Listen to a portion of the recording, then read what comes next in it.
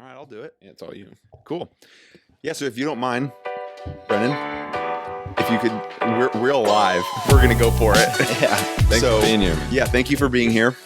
And if you wouldn't mind starting, I think Nick and I are both curious to know how you, maybe a little bit about where you grew up and what that path to you being in your current role is. Yeah. Thank you, gentlemen, for inviting me to be here. I feel very honored to be on the 5th podcast. Absolutely. And honored to be talking about this topic. And hello to all the listeners out there. My first podcast, so super excited about that. And nice. yes, I'll tell you a little bit about my background. So I was born in 1985, around August, so that Leo horoscope, if anyone's into that or knows about Leos. And then we were down in Burbank. My dad was still going to USC. He's a pharmacist, and so grew up around libraries and being around academia and things of that nature. We lived in Los Osos for a little while, and then my parents decided that they wanted to have a big family. And what they did was they moved back to the Central Valley, so just an hour south of Fresno in a small town of Hanford. And, there was a lot of family around, and cost of living was cheap. So that's where sort of my journey with athletics began. Is started at fifth grade, started playing t-ball, and became really, really fascinated with just being amongst a community, playing, playing catch, hitting the baseball, playing basketball, playing football. I got really lucky. I hit a growth spurt really young, and I was substantially taller than everyone. It's the best. And so yeah, it's awesome. It's awesome, especially when you're getting rebounds and you got to go back up with your left hand and make layups and whatnot. It was fun, and it was a good time, a good way to grow up. And so, I kind of played multiple sports, football, basketball, baseball growing up, and then decided I wanted to move on and go to college and play in the collegiate arena. So I got some offers to play baseball. I went to a small little school called Menlo College in Palo Alto. Shout out to the Oaks. Love them forever. And all the professors there as well. Many of my colleagues now that I work with are still there, so it's kind of fun. But I think my experience as an athlete really came to a halt after I was done and I graduated. And I think there was one point before. I remember a very close friend. I talked to him earlier this week. His name is Connor Patterson, and he decided to quit his senior year. There was a freshman that was playing in front of him, and he decided that he wasn't going to tolerate that and decided to leave the team. And I remember the night that he had the strongest emotional reaction I'd ever seen him have. And he broke down in tears. He was grieving. He was sad. And it all seemed to be right around this time when he transitioned from being, no longer an athlete. And that really struck me. And I wondered about that experience. And it wasn't until maybe 2 years later that I myself entered my transition from being an athlete to a non-athlete and experienced much of what he had experienced. And that was really the focal point for me, where I realized that there's got to be something to this transitioning from being an athlete after 18 years to being a non-athlete. There's got to be something there. And I didn't know what it was until much later in graduate school when I started to study. Mm-hmm. And that was kind of my first experience, I guess, to answer kind of a little bit about my background, how I kind of came to be around this topic and where it originated. It was through relationship. It was through a friend's experience and then my own experience. Mm-hmm. And that's kind of how everything unfolded. In a long-winded way, gentlemen. Yeah. And could you maybe, just to add on one little piece at the end of that, explain some more about the work that you're doing right now and some of the subjects the subject matters you teach? Yeah, I can definitely do that. So not only, so after my experience of transitioning, major experience that I'll delve into as we kind of unfold our conversation today, And then when I went to graduate school at St. Mary's College, go Gales, up here in Moraga. Once I went there, I started doing research on this topic while all of transitioning athletes, while also getting my my MFT and getting an LPCC coursework taken care of. So before I started teaching this class, I was doing clinical work for Martinez Detention Facility with Contra Costa County, and in a dual diagnosis felony deference program called Behavioral Health Court that we have here in the county. And I was doing working with individuals who were experiencing psychosis, who had experiences of bipolar, anxiety, while also having substance-related challenges. And it was during that time that I actually went back to Menlo College and talked to my old professor, Dr. Mark Hager, who was still teaching there and still the associate professor of psychology there. And I said, hey, I had this idea about this class that I'm developing in graduate school, in school for my thesis. And he looked at it and he said, you can teach it next semester. Wow. So that was what a vote of confidence. Yeah. He knew the work that I had done because I worked very closely with him throughout my undergraduate work. And I remember him years ago saying, hey, what are you going to do after your sport? What are you going to do when you're all done? And I didn't have an answer for him because I was in denial. It's a loaded question. It's just super loaded question. Loaded question. So he was an advocate because at the time I was in undergraduate work, doing undergraduate work, there was something like 80% of the school was all athletes. Wow. And there was no curriculum trying to educate them about moving on. And he was a proponent of that early on. So when he saw I had something to offer, he trusted me and gave me that opportunity. So since that point, I've been teaching now for about 6 years at Menlo College on this topic of transitioning athletes. And while also I'm doing early intervention work for youth who are experiencing clinical high-risk symptoms of psychosis, and for individuals who have had their first experience with a psychotic episode. So, and I'm doing that here in Contra Costa County at a program called First Hope. So those are where I'm doing my clinical work, and also the length of time I've been at Menlo. Great, thanks. Yeah. Long-winded, but I think that answers good context. Yeah. Everybody, Yeah. How did you get into psychology and choose psychology while you were doing sport?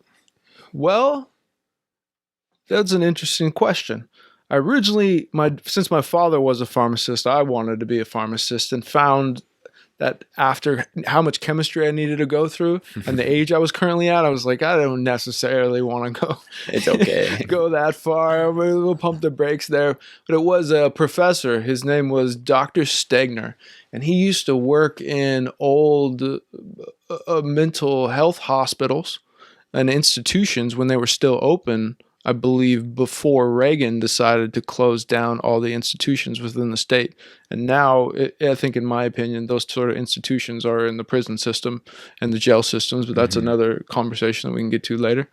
And so Professor Stegner would tell us these stories about schizophrenia while in class, and it was the delusions, the hallucinations, the grandiosity, the level of paranoia just absolutely fascinated me because of the experience these people were having. And I wanted to experience that. I wanted to try to see what working with that population was like. And that was around the spring semester of my junior year in undergraduate work. And I have been on that pursuit ever since. So that's been since 2006, 14 years. It's quite a journey. So that's kind of how I got into the psychology field and started taking an interest. Yeah. And I'm thinking about too, so you kind of started to specify your major a little bit and know what you wanted to do towards your junior year of college. Yes. And some people still have like no idea at that point, and especially a lot of athletes. And that's where it can be like a huge concern as to like, what am I going to do once this all ends? And so, yeah, when you said that you were doing this class and I learned about it, I was like, wow, this is something that is, I think, a breakthrough, something that's not talked about enough. So I hope that in this early phase of it, it can really start to spread and almost be something that's mandatory for a lot of, student athletes in college. But I guess I wanted to ask too, what was it like starting this class? Like, did you experience a lot of hesitation with student athletes kind of talking about this? Because it's kind of stigmatized, right? To really open up about it. It is stigmatizing. I think saying that you lost something that was really important to you and being vulnerable around that and experiencing the grief and maybe even the depression that comes with it can be viewed as weakness. And weakness within the athletic arena is not heralded. It's not, lifted to people's shoulders because of it. So I think that there is a stigma around it, yes. And having that conversation is very difficult. Very, very difficult. And I have experienced it meeting, going to get an Enterprise rent-a-car and meeting somebody who did track and field and really like, no way, how was that experience for you? And how was it after? And just seeing people kind of shut down and hold on to that experience and not talk about it is more of a sign that, yeah, there is a stigma there. There is something that's keeping athletes from sharing what it's been like for the moving on. Mm-hmm. So yes, I agree. Yeah. Yeah, I think it's just like so much of an identity, which I think we can talk about. How do you kind of structure the course? And to go along with that, I'd be curious to know when you were building the course while you were at St. Mary's, what that process was like. Sure. So let's start there. Okay. And then we'll move to these other questions. So I actually didn't, I took my sweet time in graduate school and got through in about 3 years. And it wasn't until that last year and a half where we were pitching different topics that we were interested in. And I had an idea for a dream therapy group because I was really into dream work at the time, and Carl Jung and unconscious and symbolism and all of that jazz. And there was something that just didn't fit when I presented it. It still seemed a little airy-fairy, so to speak. And then I went into this presentation and on the fly manipulated it to direct towards athletes. And then as soon as I did that, everyone's ears started popping up. And there was some women that I was in class with who actually had been rowers at University of Berkeley. And they said, hey, I think you have something there. And then, so from that point, I started going back to my friend Connor's experience. And I started going to my own personal experience because I went through my own transition that was extraordinarily difficult. And we'll get to that. And so I reviewed those and I said, okay, what's the foundational principles here? And then from there, got into transition theory, looked at emerging adulthood, which is the 18 to 25 region, looked at loss and grief, looked at the structure of the athletic environment, looked at identity in general, looked at what practical skills can athletes take from the field into the classroom, looked at how do we make this topic more real by bringing in guest speakers or showing different sorts of content like Kobe Bryant post-retirement, his last game, his post-retirement interviews. A huge one now is The Last Dance, in my opinion, with Michael Jordan and the 90s Bulls. And so it was a matter of someone saying, yes, you have something, and then digging into it and trying to formulate and create what is it that's most important and what is something practical that can be utilized during this 12 to 16 weeks in order that someone's going to have the rest of their life if they ever enter another transition, because it's not just athlete transition, there's life transitions, relationship transitions, COVID transitions, election transitions. We've been experiencing that all year. Yeah. So I think so not only did I want to focus on athletes, but I also wanted to focus on life and having something practical that they can utilize and they can have on their desktop. So when they're in a tough spot, they can look back at this body of work that they've done, the reflections they've done, and help them through the given situation they're in. Mm-hmm. Does that make sense? Yeah. Yeah. I think it's so cool that you took a lot of the work from, that's out there that was like you were kind of drawing like lines with your hands. They were transition theory, grief, and you were kind of compiling all these different aspects of the field that you were studying, but then contextualize it for people in a way that was very relevant for their sport. And I feel like that's, because I think intuition wise, people know a lot of the things that are like happening when they're going through their transition out. Mm-hmm. But like you said, with the stigma and the not wanting to show weakness and some of those other things. But I think when you can break it down and, boil it down to like, well, this is a grief moment and, you're just experiencing it here and you can tie in it kind of, like simplifying it in a sense almost makes it easier to cope with, because I think a lot of people are like, I don't understand why I'm feeling this way. It doesn't make sense to me. So I must not be feeling it, or they just shut the door on it. And that's one of the things I think is so important about a class like that, is because, sometimes understanding is the best way to start coming to terms with something like this. And, like you were saying, like the Menlo College at one time while you were there, you were saying 80% of the student body was an athlete, which is, so common. There's so many student athletes out there from high school to college and everywhere in between. So, I think that's really cool. And I don't know why more schools aren't doing it, or at least not talking about it. It's a really good question. Question. Part of the reason why I'm doing the work is, and I think you hit the hammer on the nail, is there is NAIA Division III, Division II, even Division I schools where humans go to school to play a sport because they love it. It's their passion. It gives them a community. It gives them an identity. It motivates them. It structures their day. It gives them goals to push for. And when there's no education from the college or no education from a university about supporting students beyond that, I consider that an injustice. And I agree. I don't know why.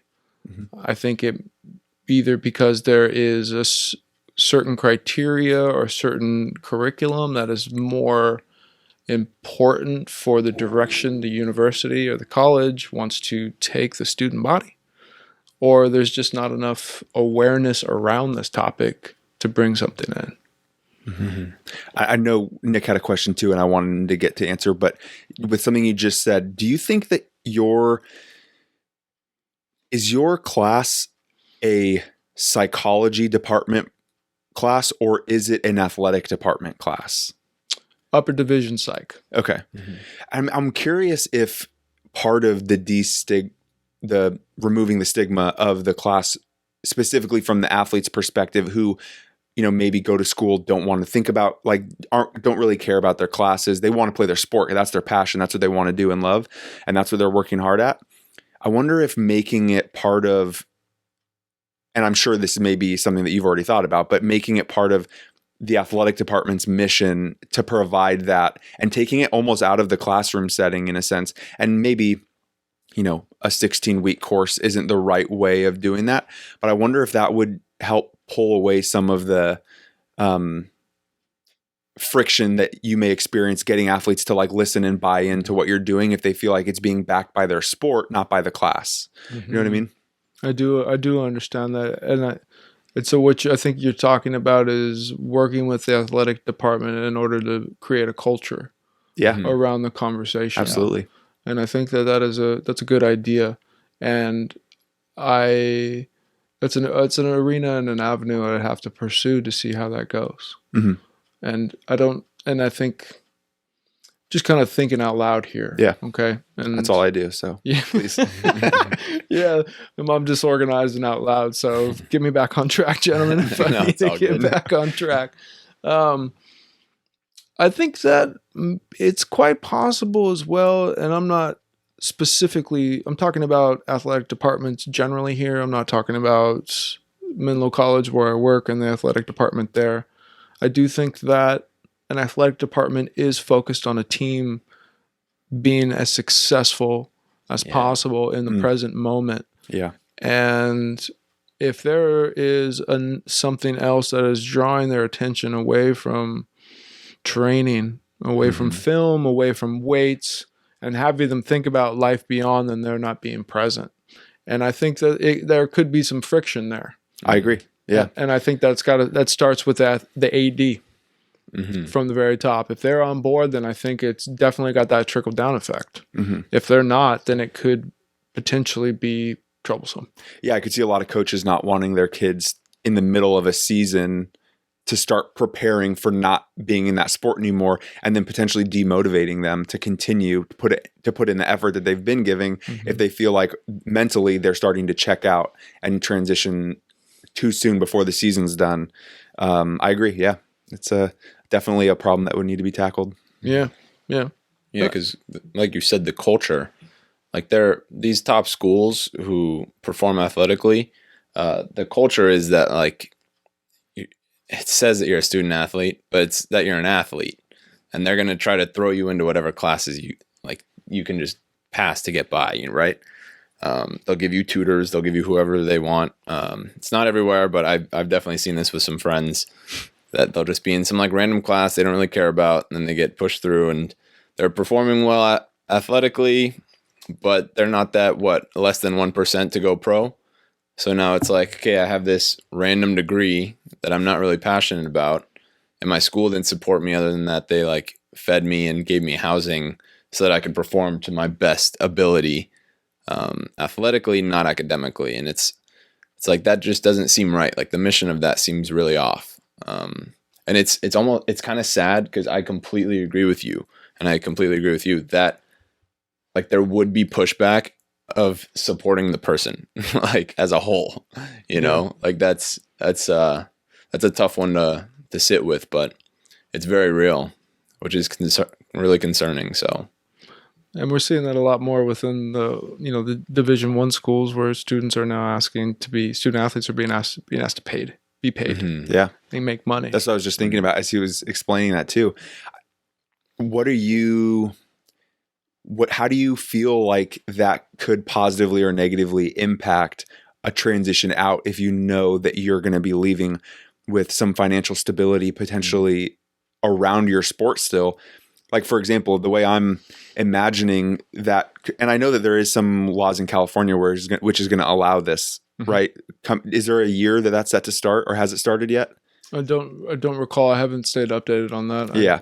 So I'm just imagining, let's say you're a top 10 school, like university, and you've got a football team. And, one of the ways I think this could go is that if you're an athlete and you have a student body at a school of 50,000, I mean, you could probably get 30,000 followers if it's a sports heavy school, like you're a top 10, right? So now let's just say the football team has 30 people on it who've got 30 to 40,000. And then that's not even counting people from your high school, your hometown. Like you get 100,000 followers on social media. All of a sudden you can get, Nespresso to throw a sponsorship because they want you to post every morning that you're drinking Nespresso because they know that they want that to be spread around college campuses. So now they can take that money, and from their notoriety from their sport, they can then create like they're a advertising page for brands. And do you think if somebody can come out of school and maybe they lose their sport, but they're thrust right into this, notoriety thing, if again, you probably got to be in that 1% who can hold on to it after your sport, but do you think that helps or negatively impacts the transition? Maybe like you were saying before, these are life transitions, so maybe it just creates another transition that your sport ends. That money probably isn't going to stay around forever. So how does that end? What are your thoughts on that? I think the direction that any human being can go is unpredictable and uncontrollable. So I think as student athletes begin to get paid, I think it is going to unfold if it's effective or not for that transitional piece. We haven't really seen it. So it's to be seen. I do think that as far as the topic of athletes getting paid, I do think as long as they maintain a certain level of GPA, I think that making some additional money in order to help their families, in order to get healthier food or get their vitamins and minerals or pay their tuition off is something that's valuable. I do think that there needs to be some sort of standard that needs to be met in order to give that money. And especially with, students coming out of school with so much debt these days, maybe having that additional money would allow someone to have a launch pad when they decide that their time in school is done, whether that be 4 to 6 years. I think that's the range of the length people go to undergrad these days. So I don't, but I do think at the same time, there is something extraordinarily valuable that comes from being in a place of suffering and being in a place of struggle and finding a way to work yourself up, which goes back to the American dream, which is very much in question these days. And I think that there is something about gritting through an experience and knowing that you can have challenges, you can have struggles, and you worked your butt off and you got to the other side. And even if you just have that piece of paper, you still know that you made it. And I think that there's something valuable in that. And if we provide money to athletes, I do think some of that's will be transferred over, because that's the nature of the beast of athletics. And at the same time, I do think on the back end, there are going to be some skills that are not going to be developed because they haven't had to go out and, say, work for that extra money to pay for things that they desire. It almost just seems though they would be relying on a system to take care of them. When I think that at that point of 18 to 25, you're not an adolescent, you're not an adult, but you're learning those skills in order to work yourself up to it. So if we prolong that to 22, 23, 24, that means that we're setting someone up much later in life to not be prepared for, say, a job with adequate skills that they can take in, or learning how to budget, or learning how to grind to get to where you want to be. So I do think there are benefits, and I think those are some of the pros and cons I see. Yeah. Just kind of talking off the top of my head, because I've never been asked that before. But yeah, it's very real. And that grit piece is so true. It's in the moment, I can imagine, like, being a professor, it's hard to really get some students to understand that. Like, if you're trying to say, like, hey, like, you've grinded and you still have the opportunity to do so and still achieve a really successful career outside of your sport. And in that moment of grief, it can be, like, pretty challenging to accept that. But yeah, I did want to kind of break down, like, how do you structure the course? What does it kind of look like? Well, I never enjoyed, growing up, the classic teacher talking at the students in a lecture format. There's something archaic and very primitive. It can be effective. And I just always found that I wanted to engage with the material. I wanted to ask questions. And when I got to graduate school, as both you gentlemen know, that it's dialogue based. You're having a conversation, you're coming in with content, you're looking at your own life, you're looking at your communities, and you're looking at a national or global scale and trying to make sense of the way things are. And I didn't really have that experience in undergraduate work, maybe a few times, but not where it was 3 hours of discussion. And so I wanted to kind of bring that back because, and I think this gets into theory, is there are 4 components that take place. They're called the 4 S's of Schlossberg's model, transition model. And that is the situation. What's the situation you're dealing with? What are the strategies you have? So what coping skills to manage your stress, manage your anxiety, change your meaning, things of that nature. Who's in your support network? And then also who are you?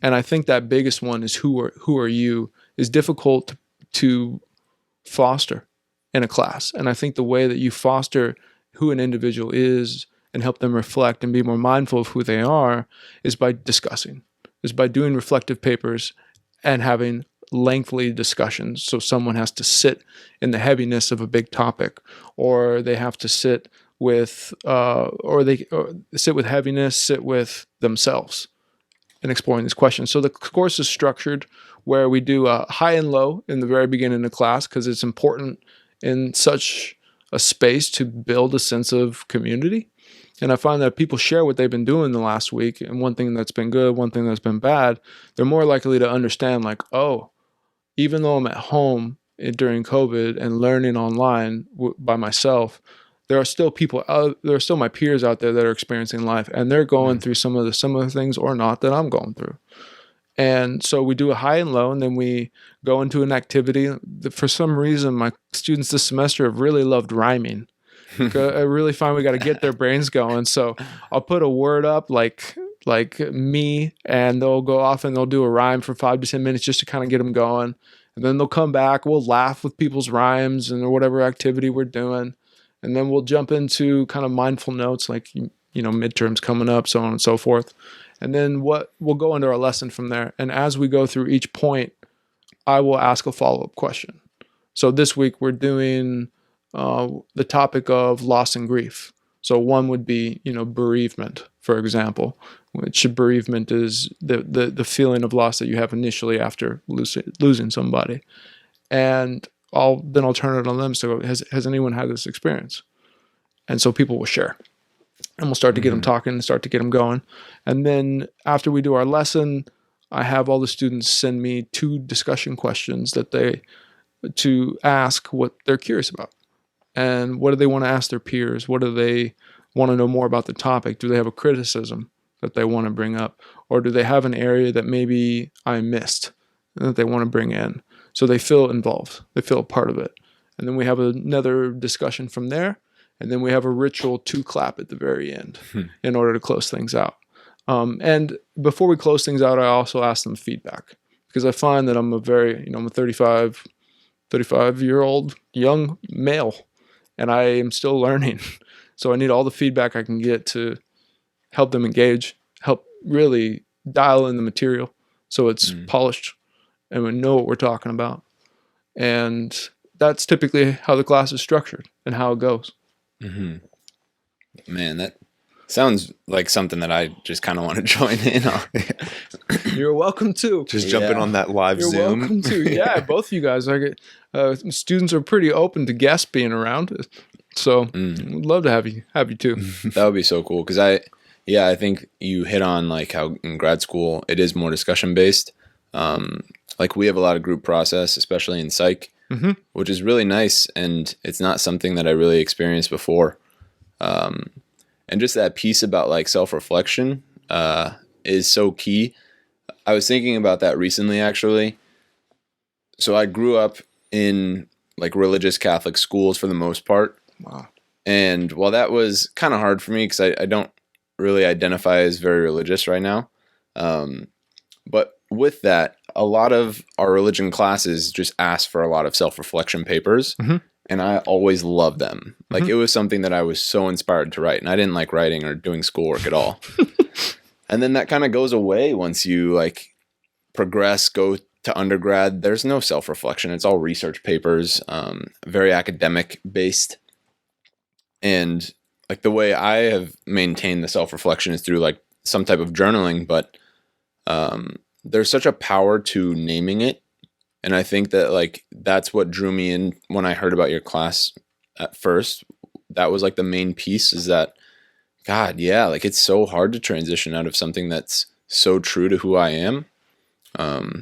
Like people ask me like, oh, what do you do? Or what do you play? And it's, oh, I'm a soccer player. I played here. I'm a part of this team. And when that's gone, and you're still in the in-between phase of you don't have a career yet, so you can't align yourself with a job or you can't align yourself with a different type of team that you're with. It's like, what am I doing? Like, where do I go now? And what am I supposed to do? How is I supposed to be prepared for this? Because it's such a high stake piece too. Because I think we all experience that at some point of, like if you go to college, I think you experience it in not knowing what you want to do in college, right? You don't know your major. But as you go through it, you figure it out and you know that everybody's in it with you. And people, this is like verbally expressed that, oh God, I don't know what I'm going to do, but I'll figure it out.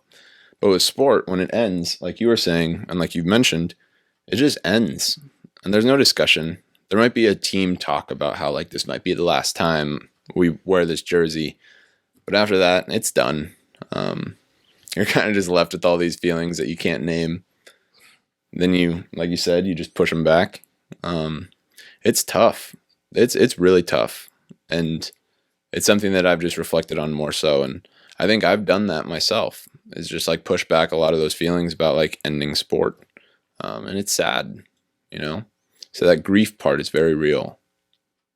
Man, couldn't agree more. Yeah. Couldn't agree more. When you were describing your class, one of the things you said that you like to do is make it so that it's very reflective. And you try and get deep thinking involved, and that's why it's discussion based. And you were talking about, long form conversations being really valuable to really like learn about yourself. Are you trying to instill that in the class? Like get your students to engage in that so that they can learn from it? Or are you using that as a device for student athletes? Maybe both. Maybe the answer is both. But I kind of hear that also being the thing that these athletes need transitioning out is they need to self-reflect and learn who they are, and spending time, like Nick and I were having a conversation about this in the last little episode that we put out. And I think I even made the comment that my favorite thing about a long conversation is two things. One, the fact that like you get to hear a ton of perspective on somebody else, but you said it too. You have to sit with the heaviness of a topic that can be a little bit uncomfortable. And what I benefit from personally in doing that is that it makes me really try and weed through a lot of the chaos that is in that, and like become more grounded in where I stand morally on certain topics, ethically on certain topics. And I think through that, it really does help like define a lot about myself for myself. Like, cause I need that reinforcement for myself. So I know where I stand. Mm-hmm. Do you think that is something that athletes need as they're transitioning out? And is the class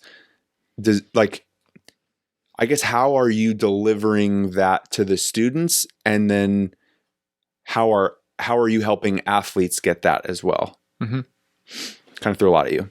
Yeah, that's okay. I'm going to try to answer this the best I can. If I'm not aligned with you, clarify, mm-hmm. and I'll ask. Yeah. Where my head goes is James Marcia created his 4 identity stages of identity achievement, moratorium, foreclosure, and diffusion.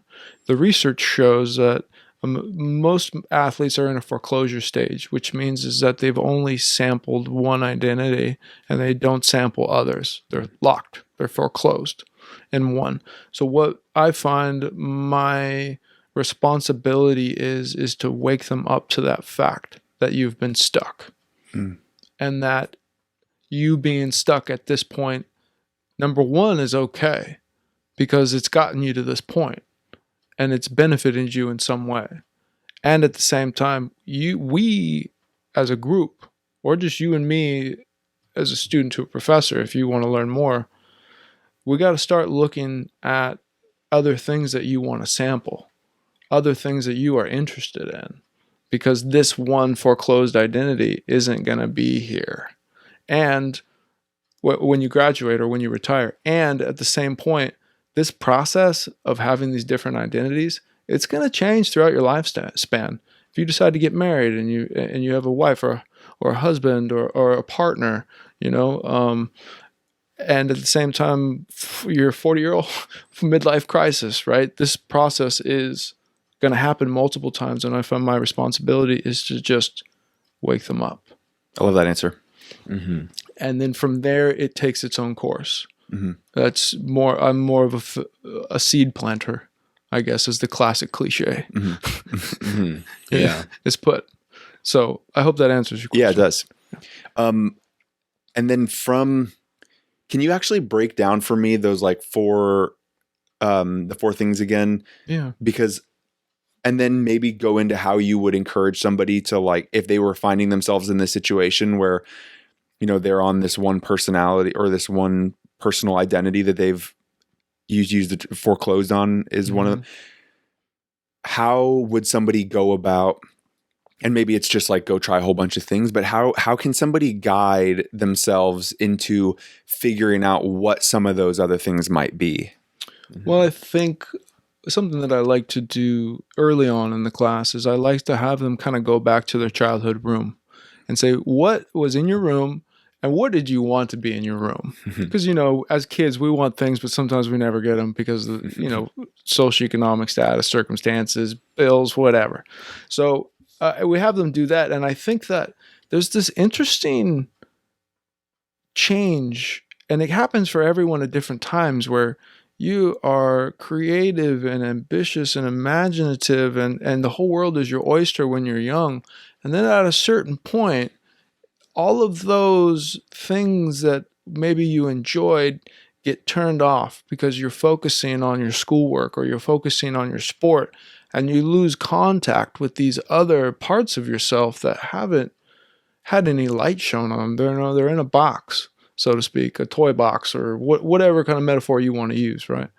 And so what I try to do is I have them explore that, and then I have them, and what the class does actually, and I'll get into this is part of the structure piece as well, is what the class does is it has them look at 3 creative outlets. You have to go engage in 3 creative outlets for a total of 3 hours each. So if when we look back and you wanted to skateboard, like, go get yourself a skateboard or borrow one from a friend and go out and try it out and experiment and see if you like it or not. And if you like it, keep doing it. It's going to be there for you when you're feeling down, or you're missing your friends from your sport, or you are just not, you're feeling depressed. Go jump on the skateboard and get out. So that's kind of how I have them help. That's how I support them, I guess would be the way to say. Start exploring other areas that they're interested in, is by requiring them to go engage in things that they did as a child, or something that they know a friend does, like white water river rafting. Or I got some students who went and fished the beach, fished the salt. Others went and decided to try meditation or hiking a new place because they've never hiked. That's kind of how I, again, try to wake them up to these other interests that they have, that they're going to have the time for down the line. Yeah. So I think that answers your question. Yeah. Okay. Kind of how I facilitate that process. Yeah. Okay. So do you think that, like, identity is at the core of what you're working with? I think, and I think it goes a little bit further beyond. I think identity is, of course, values, beliefs, thoughts, things of that nature. And I think that on top of that, there's also this emotional piece as well that gets tied into it. And so I think it kind of extends beyond identity within that piece, rather than what do you believe and what are your values. It's more, what transitions have you experienced? How have you felt? How have you been in those situations? What did you need? And then taking that information to a future situation, while reflecting on it in the present. Does that make sense? Yeah. Okay, good. No, thank goodness it's making sense around here. It does. And I think, like, you're hitting on how it's, like, complex too. Like, there's a lot to it. Correct. Yeah. Correct. And what I try to do is keep things very broad, because I find that we're all different as humans and we all think differently. And by keeping things broad, you allow people the space to go where they need to go, rather than being really specific and kind of, in some areas you need to be really specific and tight in what you're addressing, like this week loss. It's more, and it kind of took us a little while to get to this point, but kind of dialed in and be very specific, like, what loss have you experienced and how has it benefited you? And kind of, it's got to be very specific on those much heavier topics, because you don't want to trigger someone in trauma. Yeah. You don't want them to get emotionally flooded. You want them to continue to sit with what they're experiencing and engage in the topic. How big is the class typically? Well, it's ranged anywhere between 13 to 22 students. So it's relatively small. That's nice. It is. It is. You kind of get much more personal with people, which is, I think, what most students want. Yeah. So you've been teaching this class for 6 years now. Sure have. How has your kind of thoughts changed or progressed as you've like learned from students in teaching this course? Or what comes to mind as you've gone over these past 6 years? Well, the first thing that comes to mind is how quiet the topic still continues to remain. I think that is something that is, even within the community, I think I've tried to do my best to try to advocate and get other students to come into the class. Mm-hmm. And just how it continues to remain. Again, it's maybe like prickles on a cactus. You know, some are open to touching and trying it out, while others are more like, I'm going to stay away from it. So and I think that comes back to the stigma and things of that nature we were talking about. So how much it still remains just a relatively quiet upper division class that people see athlete and they say, ooh, okay, I'm an athlete. Maybe I'll give it a shot. Mm-hmm. So it's still relatively quiet. Yeah. I'm thinking about the grief process too, and how denial, like if I saw a course like that and I was really strong in my belief of like my sense as an athlete, like I don't know if I'd want to like approach that at all, just to keep myself safe, you know? Definitely. It's a protective measure. Yeah. You know, it's a protective measure, fight or flight. Yeah. Freeze or submit. Yeah. Man. It's trauma responses. It is.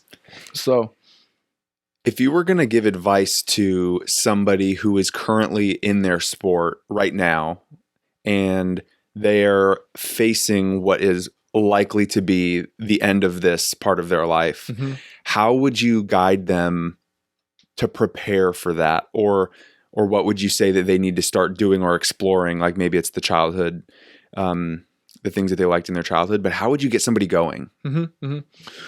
Well, I would say, since I'm not going to be working with them directly in a class or anything like that, I'd say number one, get your support network really solid.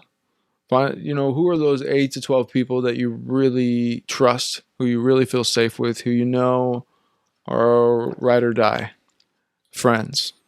I would say get them together, because the research shows when an athlete transitions out of their sport, they lose not only their identity, but they also lose their support network. And I remember personally for myself, I think I have only 4 friends out of, 100 and some odd guys. Or even the school was really small. It was only 800, but even out of those 800 people, there's only 4 guys or 4 people that I'm still connected to. So, really get solid with those people and say, hey, can we please still connect after we're done with this experience and we've graduated and we moved on. And, maintain be disciplined, call them every couple weeks, see how they're doing. The nice part about being done with college is sometimes you have some time on your hands. So maybe make a road trip. Those types of trips are invaluable. So I would say that piece first, support network. Who are they? Next is you got to find some other things that you love to do. Otherwise you are going to go a little cuckoo. Because you're going to have so much boredom. And what we do with our boredom now is Netflix and social media, which has its own effects. So actually having some strategies to manage your stress, to, that you can, something you can progress in, something you can build upon and get to somewhere, is, I think, also going to be valuable, because it's going to, instead of sitting down at night and feeling lonely and feeling depressed and anxious because you don't have any friends around, you pick up, you have, say you're into knitting or you're into fly tying, you have those things that you can engage in those times of depression, boredom, loneliness, whatever your feelings are, that's going to help you stay distracted. That's going to help you maybe work through your feelings, work through your thoughts, and try to get through the storm that you're experiencing. So I would say those 2 areas by far. Do you think having some kind of a goal or achievement associated with that hobby that you pick up is important to have. Definitely. Yeah. So let me is it okay if I kind of jump into some backstory here? Yeah, yeah. absolutely. And I think it'll Be add a great. little bit more substance to maybe why I'm kind of approaching it in this manner. Yeah. Is so when I graduated from, so within 3 days, I had graduated from college, I had retired from my sport, and I think it was within the first week, my partner at the time had ended our relationship. And I had made a geographical move to another place. Man. So everything that I had was basically ripped up, and I jumped into my hometown where my family was, and I had my family there and whatnot, but it was still this huge shock to my system. And I was feeling very depressed. I was drinking alcohol.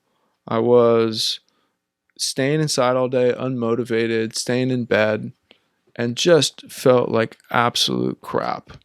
And I was extremely depressed. And I was with a friend at the same time, my buddy David Coolin. He had just moved back from Arizona. He went to U of A and was a D1 pitcher out there. And we just started playing catch, and just having that social relationship with him and just playing catch, like it let me at least be able to connect with somebody while I was still experiencing all this stuff. And that lasted for about a year. And it was tough. I was alone in my family's ranch house out in 20 acres. I was just down. I mean, I was substitute teaching, but not often. So I was just stuck in this house out in the middle of the country, and it was awful. It's kind of like the dark ages, so to speak. Mm-hmm. And it wasn't until I realized that I kind of needed to change things. I needed to switch some things up, and really the only thing that really helped at the time was waking up and going to the library. Like, I wasn't at home, but I was in this place where there are these books, and I can at least try to gain some knowledge from them and try to progress myself in some way. So I would do that for a little while, and then I started substitute teaching. And then I found my journal. I found writing in a journal, painting, and playing music on the guitar. And I just kind of worked with these three strategies when I wasn't teaching or wasn't coaching baseball. I coached some baseball for a while too, just to stay connected to the sport. Still a stage of denial. And so it wasn't until I found these painting, writing, and playing music that all of a sudden that sort of heaviness, this was 2 years later, had sort of been lifted. I was like, oh, how did that happen? What took place there? And it was because I wasn't relying anymore on, like, my focus and my passion and my purpose and my meaning wasn't so much focused on sports anymore. It was on my self-reflection, my music, the things I was creating. There was something there that allowed me to kind of move out of this place. And I found it in other friends too when they created a family. Maybe they weren't in a good place, but as soon as they had a family, it was like they had this new meaning, they had this new purpose. And then and again, I talked to others and what they were doing, and sort of found out that being creative, having different tools, different strategies, engaging in different things was a way to help yourself out. Mm-hmm. And that's kind of why that piece is in the class, is because that was the only thing that saved me and got me through a tough time. And I found that was what had helped others too. Mm-hmm. So that's how that came in. And then, sorry, I'm not sure if that was part of your answer too, but with in terms of like setting some kind of goal as part of the activity that you're taking part in, did you do that? And do you think that's beneficial for people? Like, for example, if somebody wants to pick up running, Mm-hmm. do you think like entering a race, even if it's not to be competitive, but just to have something to just aim for, not so much for the event itself, but for something that you can set your sights on to reach and achieve, like a best time or whatever it may be? Yes. Yeah.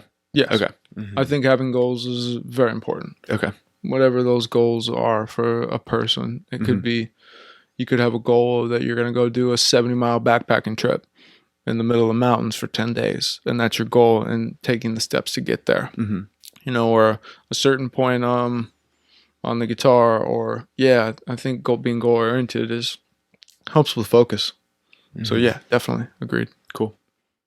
Do you self-disclose about kind of your story in class? I do. I do minimally. It's an interesting dance between, because as a mental health clinician on a daily basis and being somewhat boundaried, that's the one place where I can be a little bit more open, but I still find myself approaching it clinically and be a little bit more boundaried with my students. And I find, as well as kind of the classes go on, I'll open up a little bit more, share a little bit more about these different experiences, because really each section of the class I have a personal experience on, and I want to share that so they know that I'm not a fake. Yeah. I've been through it, you know, and I think that adds validity, and I think it adds a little bit more substance. Yeah, that's what I was getting from hearing you just talking about it now. It's like you had this experience, and then you started doing research, and like your experience was exactly what kind of the research was showing was effective. And so like you really speaking to that, I think is powerful. But yeah, I know that there's that clinician sense of I should only do this if it's in service of the class, right? Yeah. But it seems like it really is most of the time.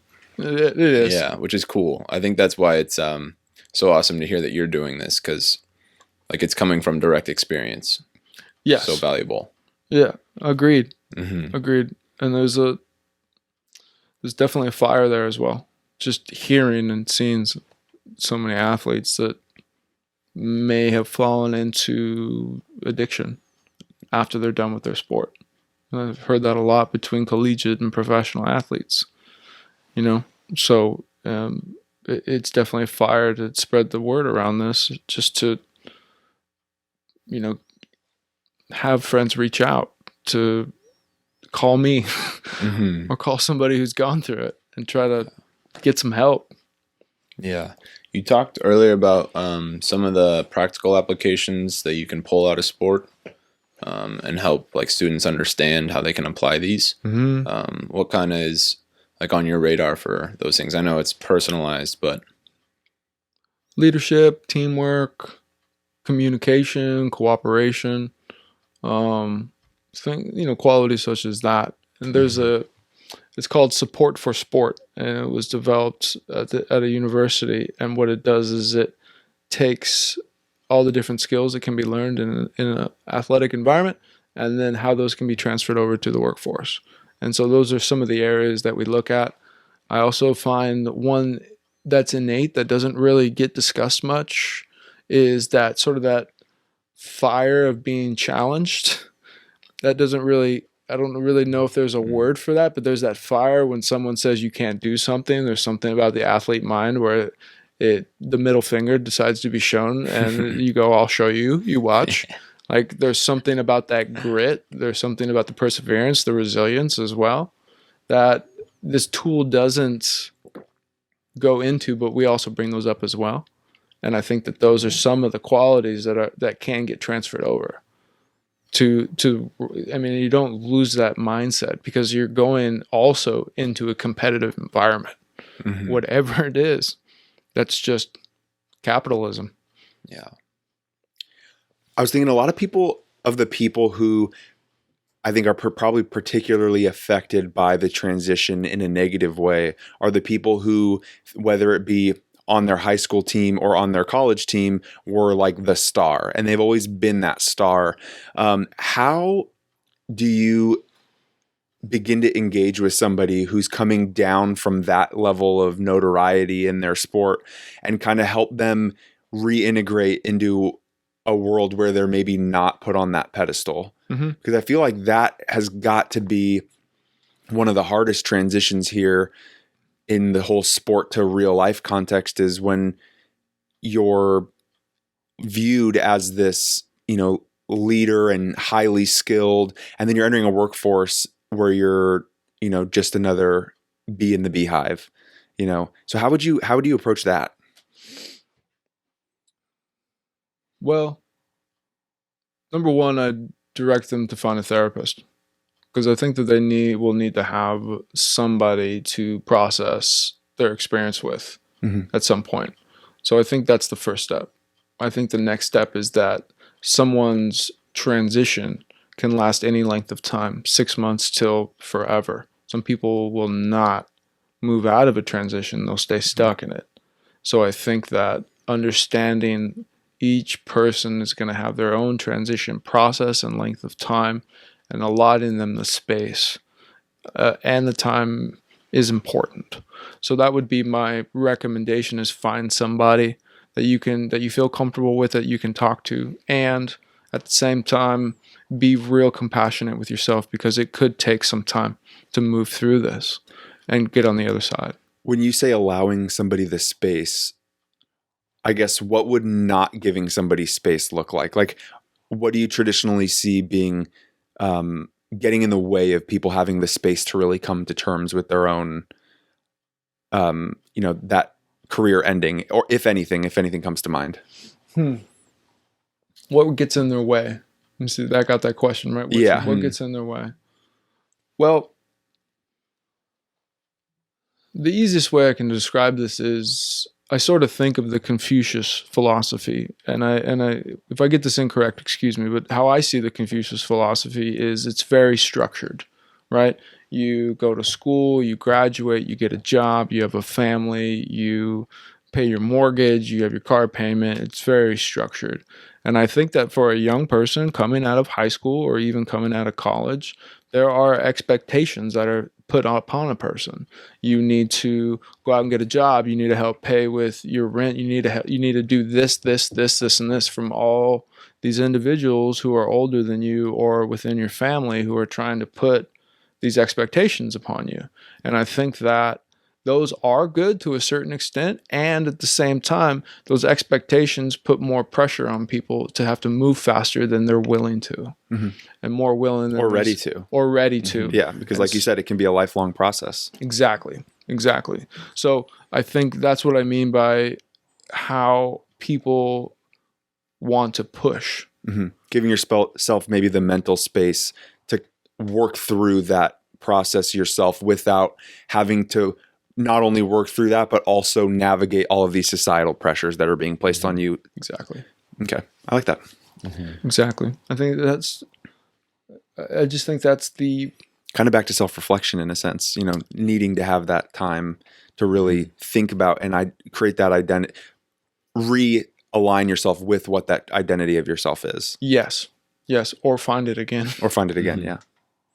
Whatever it may be. I know personally I've gone through many different identities, and it's just a matter of I almost find sometimes it's like what are those games where you in Vegas where you spin roulette? Yes, yeah. It's like roulette. Sometimes it'll land on. Some days you'll wake up and you land on the black and you feel like you want to go that direction, or you land on the red, or you want to call this number, you want to call that number. It's just kind of an identity, and you got to find out what those different parts of you. For me, it's, going backpacking in deep into the mountains, going fly fishing, going surfing, skating, tying flies. Like, you wake up and, have a plethora of things that you love to do, and find out what vibe you're in that day, what's going to cause you the most amount of stoke, and go after it and live your dream. Yeah. I think too that even just coming off of that last kind of little conversation we were having about societal pressures, and I think even just that, and I really like that message that you're kind of sprinkling in with this whole thing of don't be afraid to scratch 20 itches at one time. I feel like that oftentimes gets put, people want to throw the ADD tag on it, or people want to say you've got, you don't have focus or your commitment issues. And I think that it's really often it's not encouraged enough to go out and try a million different things. Wake up one day and just, find a local hike you want to do because you feel like hiking that day. And then the next day, maybe you want to do something, and that's okay if it's completely different. But I think that's another like one of these stigmas that keeps getting, I think gets in the way of people because they may have all these things that they want to do, this fly fishing, hiking, backpacking, traveling, whatever it may be, but they shame themselves because they feel like society is telling them, man, like this must mean I don't know what I want to do. And that means there's something wrong with me. Yeah.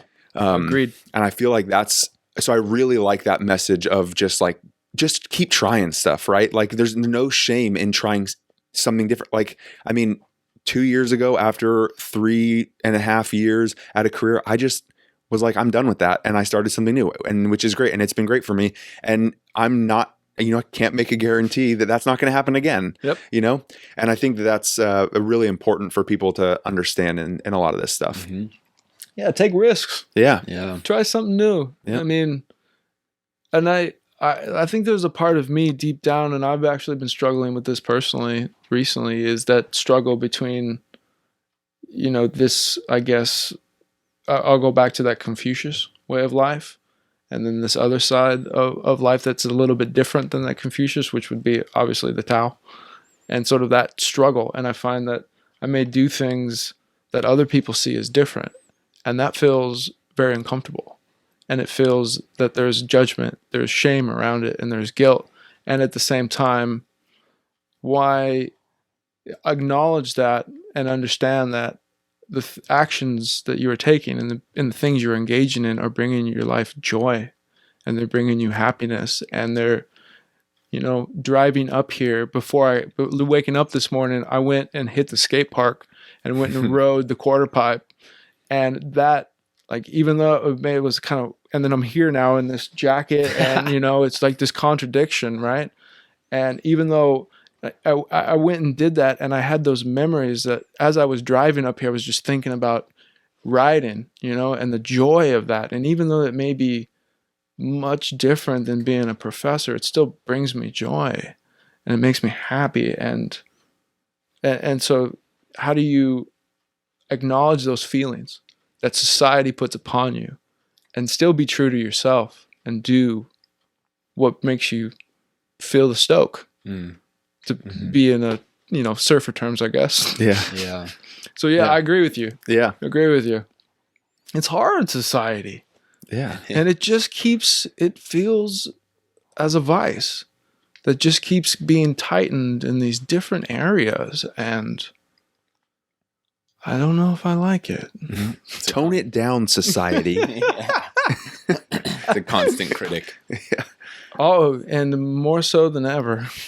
Yeah. More so than ever. Yeah, I know. I was thinking about like recently, this is completely different topic, but kind of ties in as to how people are talking about how we're on technology too much. You should stay off screens. But someone was saying that, like, hey, if a screen brings you pleasure and positive emotion for like an hour or so, like, don't be so hard on yourself saying that you just wasted an hour of your life. Like, it's you experience some positive emotion. That's kind of what you're supposed to be looking for. Mm-hmm. And I feel like that's what you preach a lot too, is just like find these things that you like, experiment with them, try them out, see what you like, and maybe they'll be beneficial to you in this process, because it is a tough one. And it doesn't get much easier as you age, I feel. No.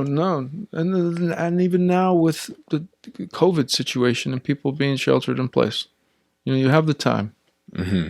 What is something like if you wanted to learn to crochet, try it out. Give it a shot. YouTube's a phenomenal teaching you things. It is. Yep. DIY heaven. Yeah. It is. But yeah, I think that's part of the message for the students is go try things out. And I give this to them all the time. I say, I'm asking you to go have some fun. Like, all of you are grunting and looking at me like I'm putting more work on you, but I'm asking you to go have fun. So cool your jets. And so that the social support as well, right? We're talking about that. And then I find one additional piece at the end is I have them write about advocating, taking this material, telling your teammates, telling other people, your family members, high school communities, like get the word out. Mm-hmm. Because again, stigma. Yeah. Stigma is going to try to keep it contained. And we have to try to push those walls, push those barriers. Yeah. I know student athletes are like incredibly busy. Like their schedule is insane. So I'm thinking about like myself, if I was playing at a high level in college and then I went into your class. I mean, from my brain now, I'd be like heavily immersed. Like I'd be all in.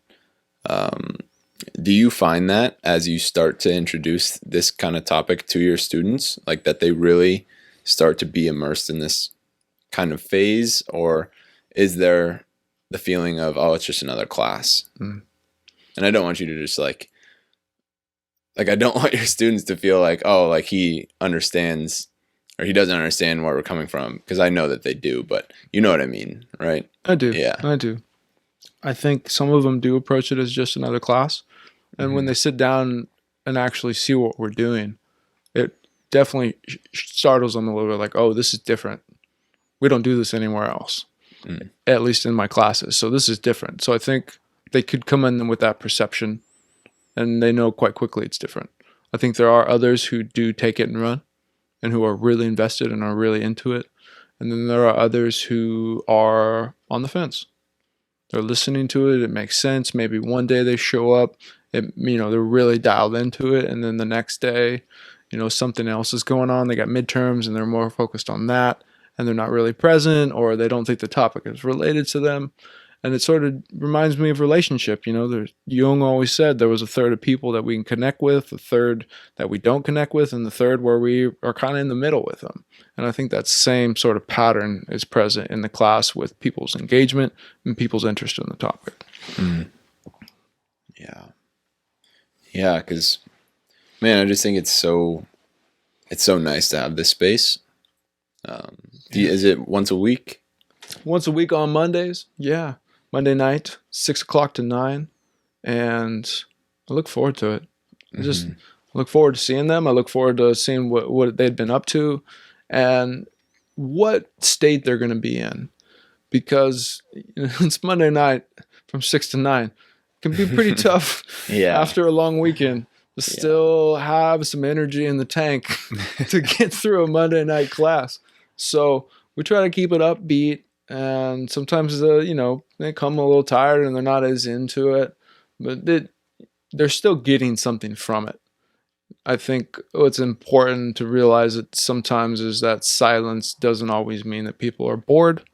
It also could mean that people are processing and chewing on things. And maybe they've never been asked a question and they are just trying to figure out where they stand. So that's kind of how Monday nights go. And as far as the engagement piece and how I kind of approach it, it's fun. Has COVID been like an opportunity to, like you said, for these students? I'm thinking about students who've had their sports kind of dialed back a little bit. Is it an opportunity for them to really start experimenting with other stuff, or has it just been it's difficult on everybody, but has it been more so difficult not having the sport and not knowing what to do? Like, what have you experienced? I've experienced both. I've experienced athletes who do have more time and they do have this space to fill. And I think some of the concepts from class are very valuable for those moments. And I also have students who are still, their coaches have been on top of the ball and asking them to do different workout regimens and haven't had a break at all. So they're still very connected and very driven. So had a little bit of both. Mm-hmm. Yeah, because I'm just thinking about how that can be. It's got to be such a weird time for athletes, just in general. Like that motive. I feel like this is where a lot of intrinsic motivation can kind of shine. Is like if you're given these workouts, like you in the off season, you're given the workout packet.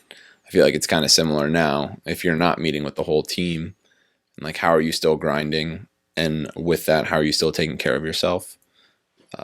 So there's a lot to it right now. It's a lot of working pieces. Yes. Yeah.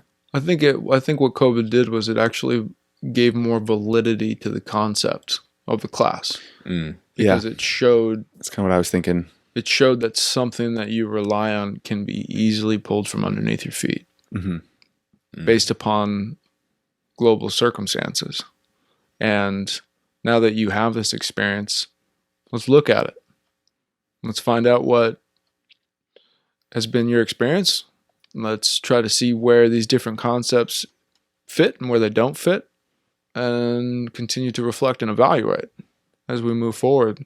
Because this experience you're having now is going to happen at different points, expected or unexpected. And understanding it now is only going to help benefit you in the future.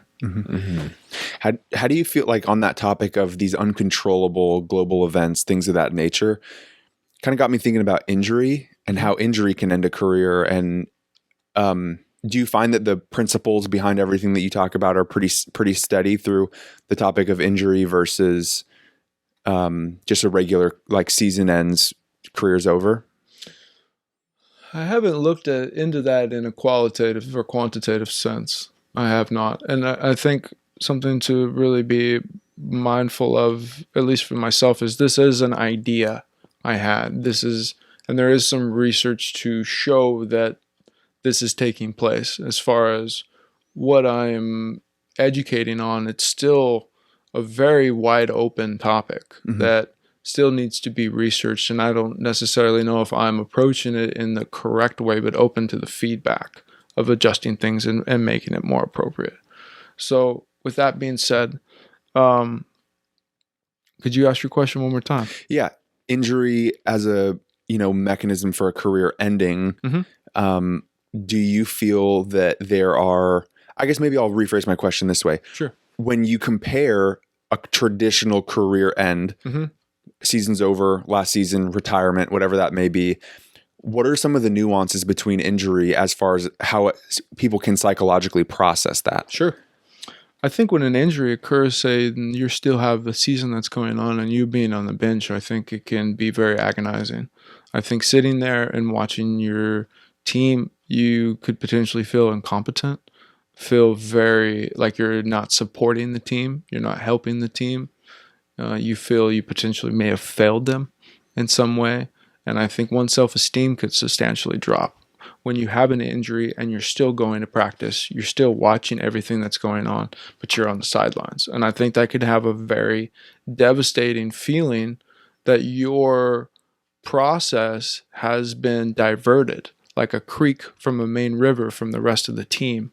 And I think when a person sees their sport through and is done at the end of the season, I think you are ending the season as a unit, as a whole, and as that main river, rather than you all of a sudden have an unfortunate event and being taken off on a side creek, so to speak. So I think seeing a season through and as well, when you're done with your sport and you get to the end of it, that's kind of when the transition process starts. So it's a little bit lengthened than say a person who got hurt. So that's how I would answer that question. Is I think psychologically, seeing your teammates play while you're on the bench can be pretty devastating.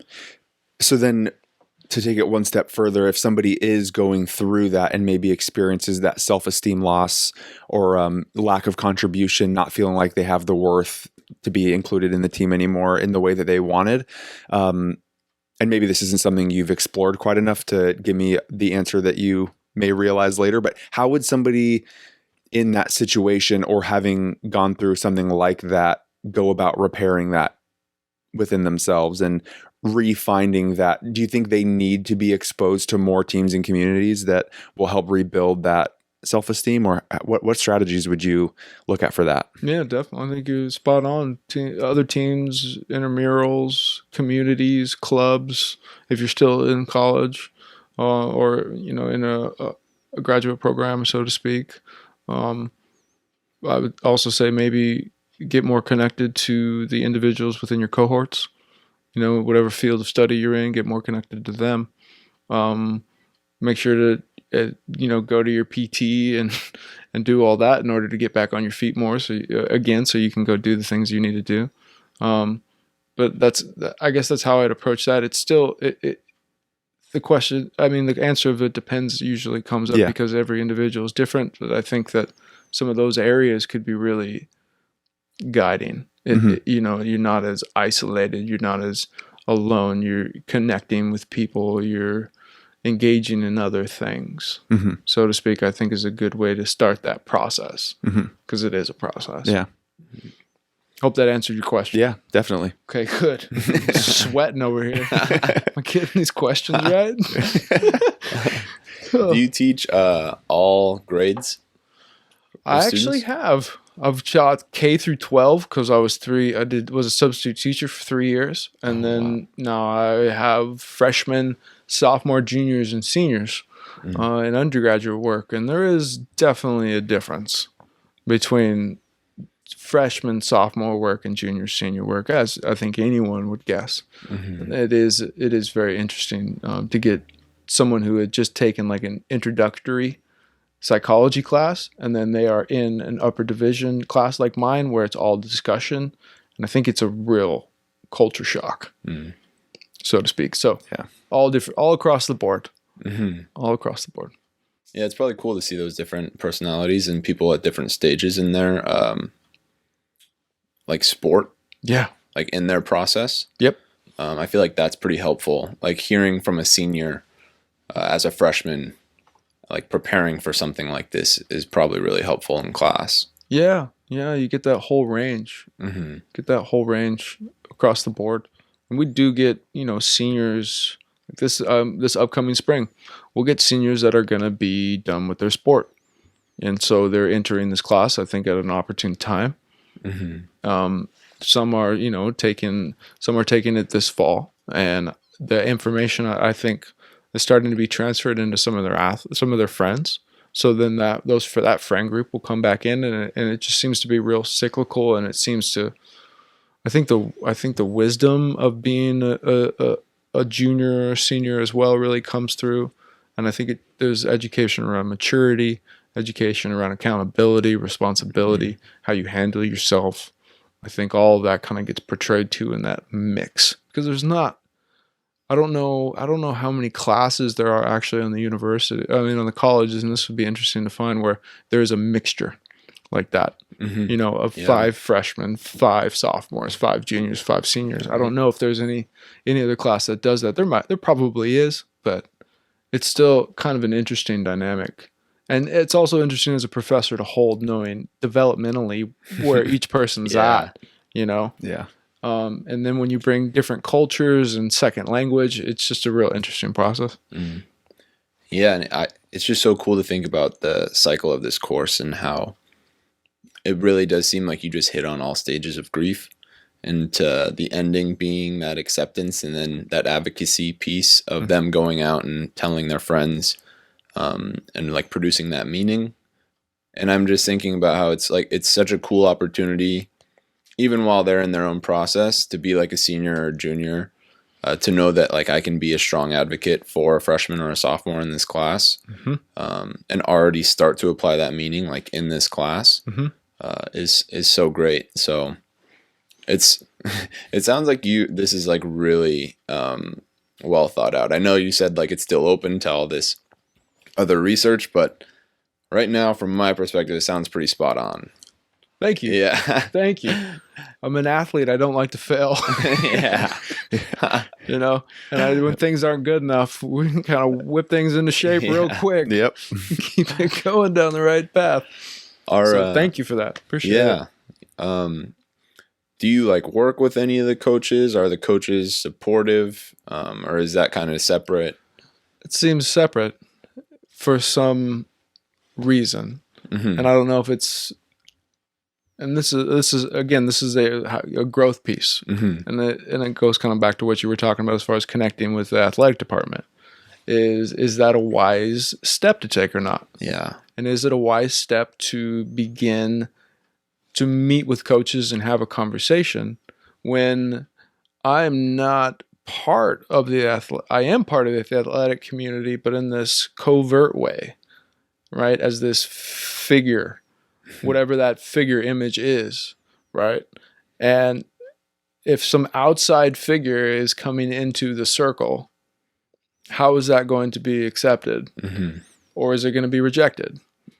And it's a dance. I mean, I feel like in order to pull it off, it would have to be converted into potentially some kind of like end of season lecture, right? It'd have to be at the end of the season. Yep.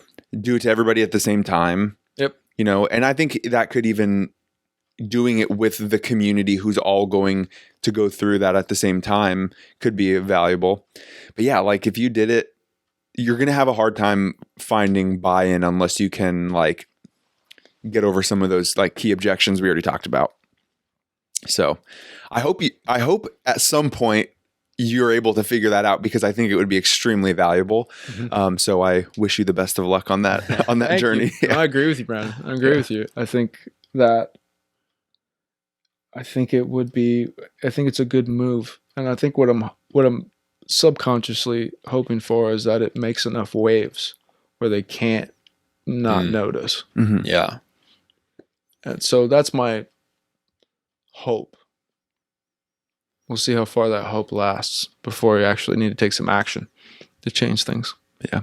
Do you find that when looking at the research that there's any particular sports that suffer from this more drastically than others, or is it a more female to male heavy topic? When I originally did the research, it was more directed toward men, young men, and I knew that as the topic opened up, that it needed to be more equality and diversity needed to be brought into the topic than just the gender of men. As far as specific sports, I haven't looked at any statistics recently about within the last year of what that who has more challenge than others, I guess would be a way to put it. I see it more as regardless of what sport it is, there's going to be anywhere between 10 to 30 people who are going to move on, especially from such a small college that's NAIA. I consider except our women's wrestling team, they happen to be pretty legit. So different situation there, but I'm more focused on the Menlo community, and it seems that maybe 0.01% are going to move on to like Olympic wrestling, or maybe move on to a semi-pro team overseas playing basketball, things of that nature. So I see it more as that 99.90% of the school is all going to be moving on, regardless of sport. Mm-hmm. Yeah, I guess reflecting on my question, even I would think the most severe cases are probably in the case where somebody maybe had this expectation that they were going to go pro in a sport. That may be the most severe when it doesn't happen, and then they have to come to terms with life in a very abrupt way, thinking you're going to get that payday. And like if this is baseball, basketball, football for men, even certain women's sports, if you're at the top of the game and, an injury happens in that, obviously there's a female sport pay issue in this country that, needs to be addressed. But you can't look at the 1% and just neglect everybody else who's going to go through it too. Yeah. Without a doubt. So, and I think that's part of the reason why my fire continues to burn is because I know that across this country, NAIA, D1, D2, D3, all over the country, kids are just leaving their sport.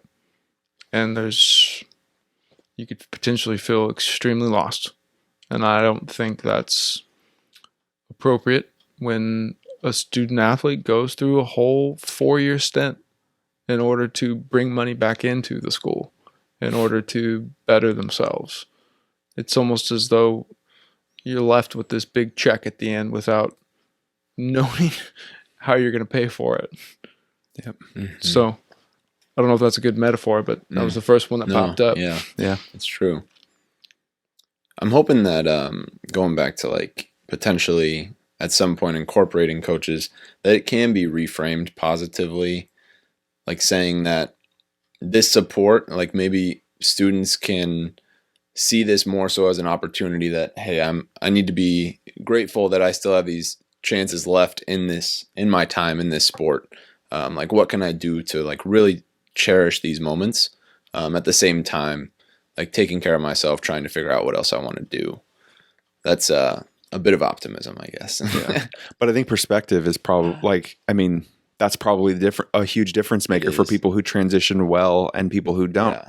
You know, if you're going into it feeling so grateful you had a chance to play in this last week of your season, you're probably like, there's probably a level of acceptance in that gratitude. Mm-hmm. Whereas if you're, you know, high energy, haven't thought about it, got to play really hard in this next game, and then all of a sudden, like, it just dawns on you that this is over, that's probably much more traumatizing. Mm-hmm.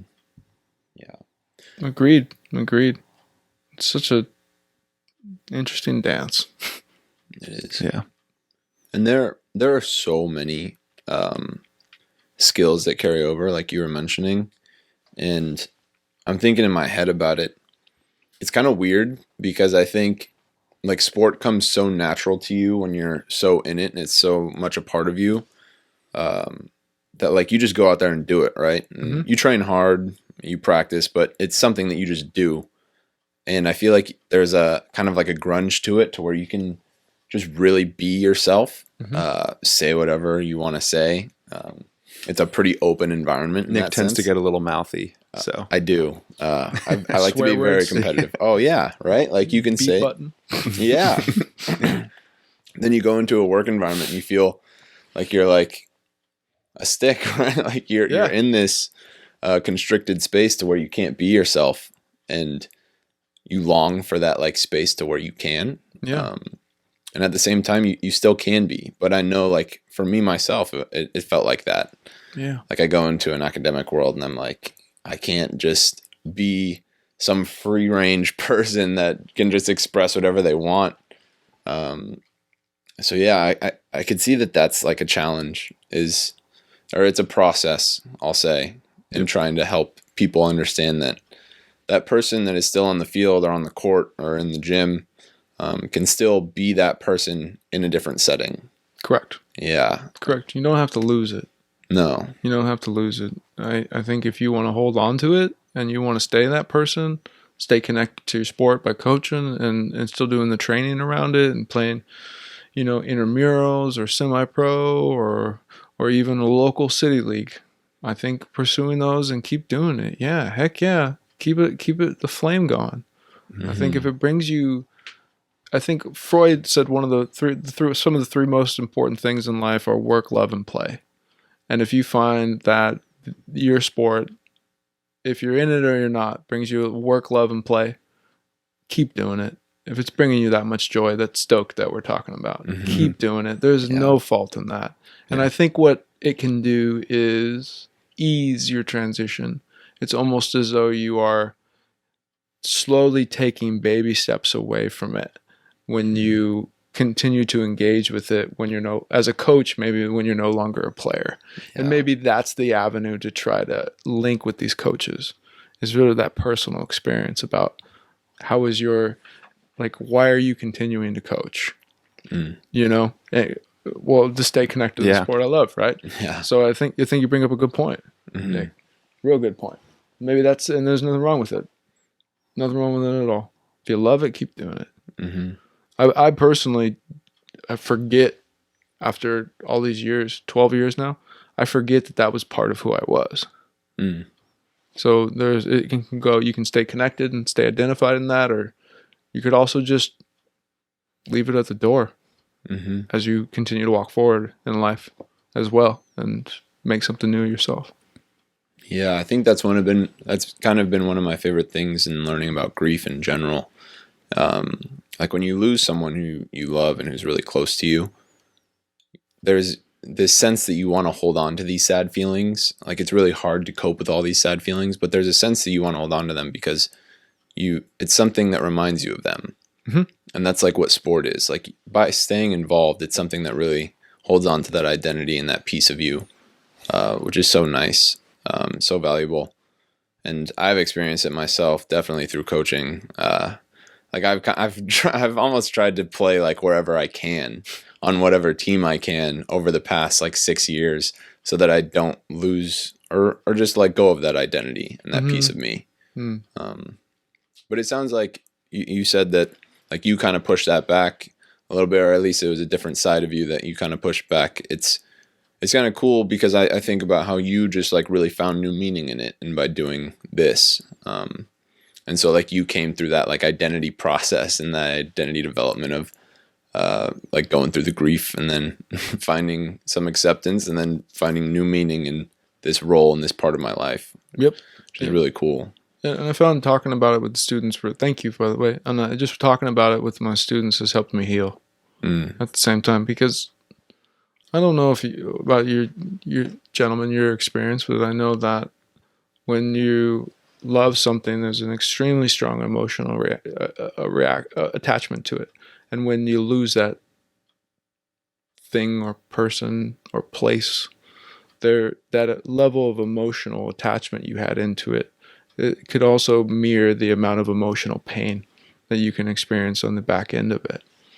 And I think it's physics. Exactly. No lost energy. No, yeah, exactly. Yeah. Or an object that's in motion stays in motion unless there's an equal or opposite force. Yeah. Right.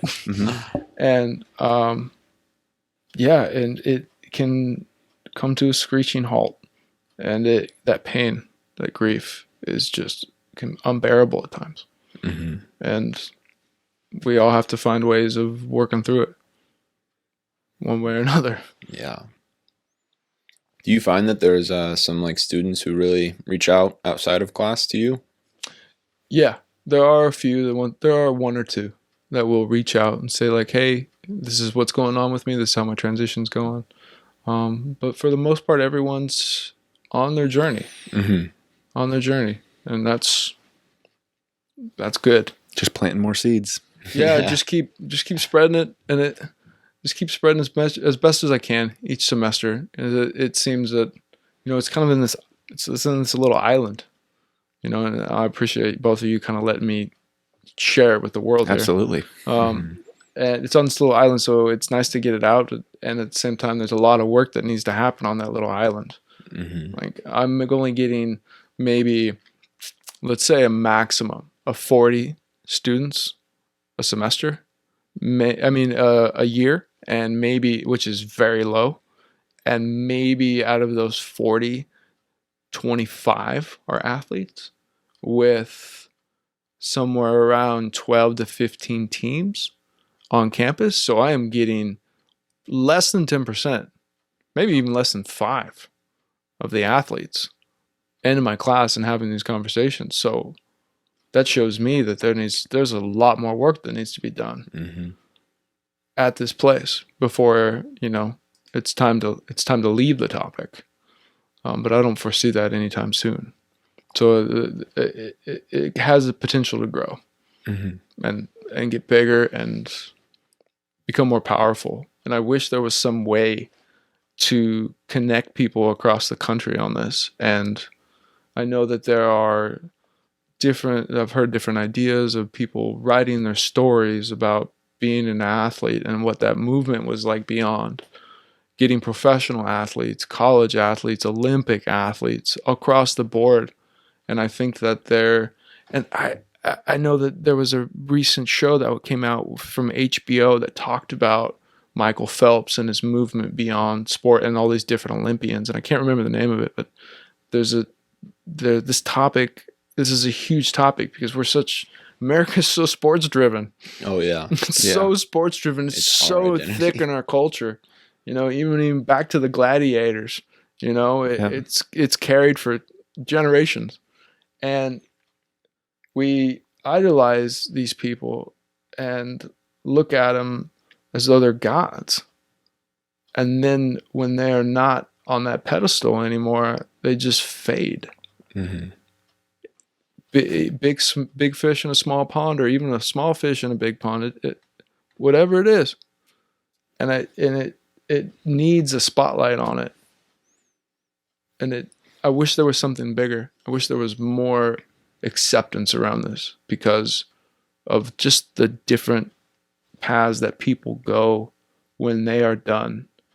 And I know some that are still like into drugs and haven't moved beyond that. Some of them have stayed stuck in that 22-year-old, and now they're like 40.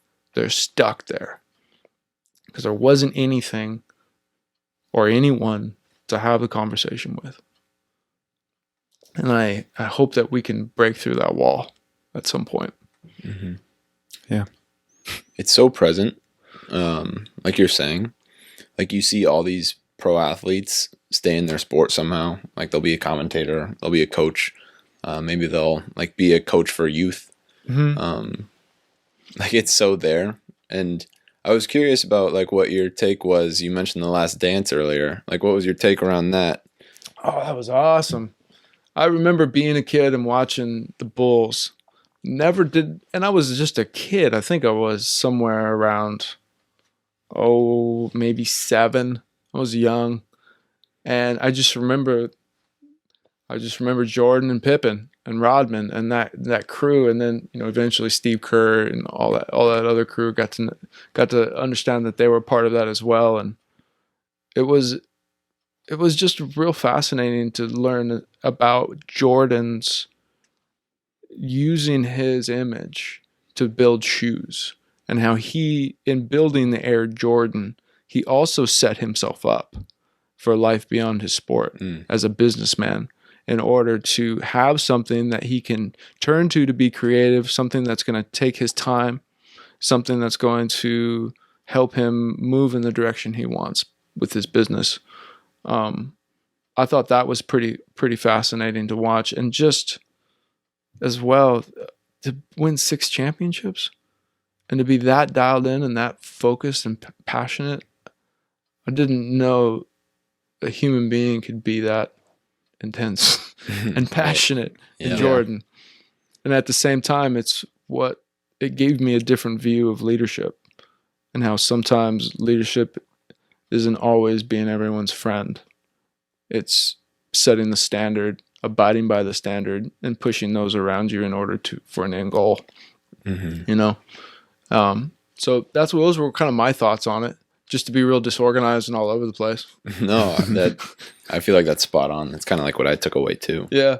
And it was just crazy to think. I was thinking about, like, as you said it over the course of this conversation, how he left basketball, went to baseball, but you can see that like he wanted to come back, because I think that was his way of expressing himself. Like this was his avenue of like, this is who I am, and this is my identity in a sense, and it's how I really shine.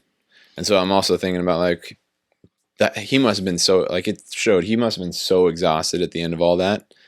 But at the same time, like, God, he probably misses just that. I mean, he came back as a wizard. Yeah, he did. Right? He did. Like, he was always wanting that, because he knew it was like exactly who he was and what he wanted to do and how he was able to express himself. It's just so there. Yeah. So real. Being a wizard also fits his style of play too. Yeah. Wizard. For real. Yeah. It does. Oh man. Yeah, he amazing human being. Amazing. What'd you think? Did you watch it? I haven't seen it. Okay. I've seen enough clips to like have gotten a good taste. But yeah, haven't sat down and gotten all the way through. So, because I know how I'm gonna, because how many episodes are there? 10. Yeah. And I'm gonna want to watch them nonstop. So I need to carve out some time. Yeah. Gotcha. It's Sunday. Yeah. Gotcha. I think you brought up an interesting point that I think I would like to expand upon a little bit. Is I think that being an athlete, you are being physical and using kinesthetics for years upon years upon years. And I think that, at the end of our sport, one thing the research shows is that we lose motivation. We're exhausted. We're tired. We just want to sleep. We want to kind of catch our rest, because we've been grinding mentally and physically for months upon months, and our whole lives. You don't get spring break, or you don't get Thanksgiving, or you don't get Christmas time, because you got to go to all these tournaments. So you're exhausted.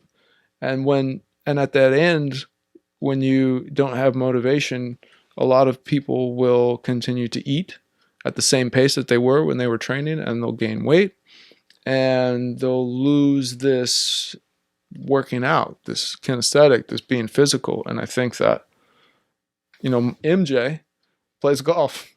He gets outside, he moves around, maybe he even continues to exercise. Mm-hmm. But I think what I'm trying to say is I think continuing to be physical in some form is how we've coped with the challenges in our lives, whether that be someone comes from a really broken home, or there's some bad stuff that's happening elsewhere, and rape, whatever it may be, domestic violence. Mm-hmm. Sport was a way to physically release this frustration, this pent up energy, this emotional charge in the psyche, right? And I think when a person's done with sport, I think that needs to be continued, because that is how we've released what we've had pent up our whole lives. I think a lot about that too, in terms of like evolutionarily, right? Like human beings, granted the level of, having a sport and then losing it may not have been present, but we evolved in a time where like you would enter a high stress, high emotion, whatever type of environment, and you wouldn't have a choice to not continue to demand from your body. Mm-hmm. Right. So like, you could, you were going to have to go get food. You were going to have to go hunt. You were going to have to go gather, whatever it may be. You were going to have to build something. You were going to have to climb that tree. So this idea that, the way to kind of release some of that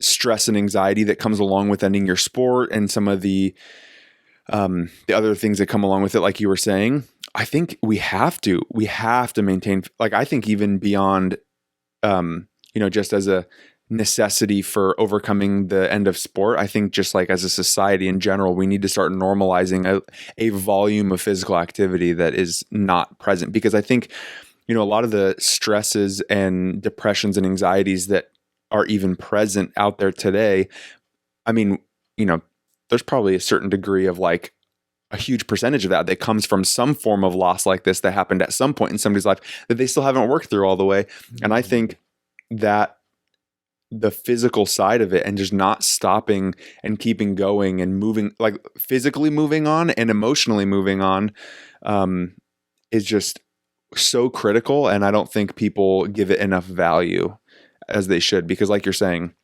I mean, if you stop, you're slowing down the process of you continuing to progress through whatever you're working through. Correct. Yeah. Correct. Agreed. We're running around, hunting, gathering. It's in our biology. Yeah. It's in our DNA to be physically active. And it's fairly recent that civilization has been more stagnant. And I think what that results in is more energy being stored in the body. Mm-hmm. That used to be released, like you're saying, by just your daily living. Yeah. And the work that requires. Mm-hmm.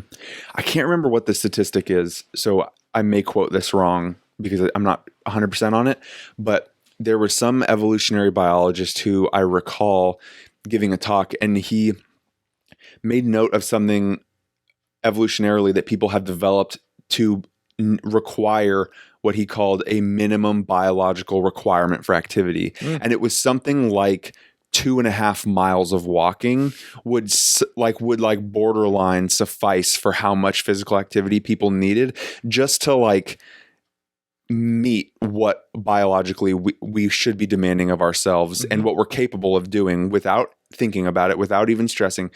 And like, we are so far from that. Mm-hmm. And I think if people literally just walked a mile in the morning and a mile at night, like, I know that's easier said than done, like, again, societal pressures and careers and work and all that.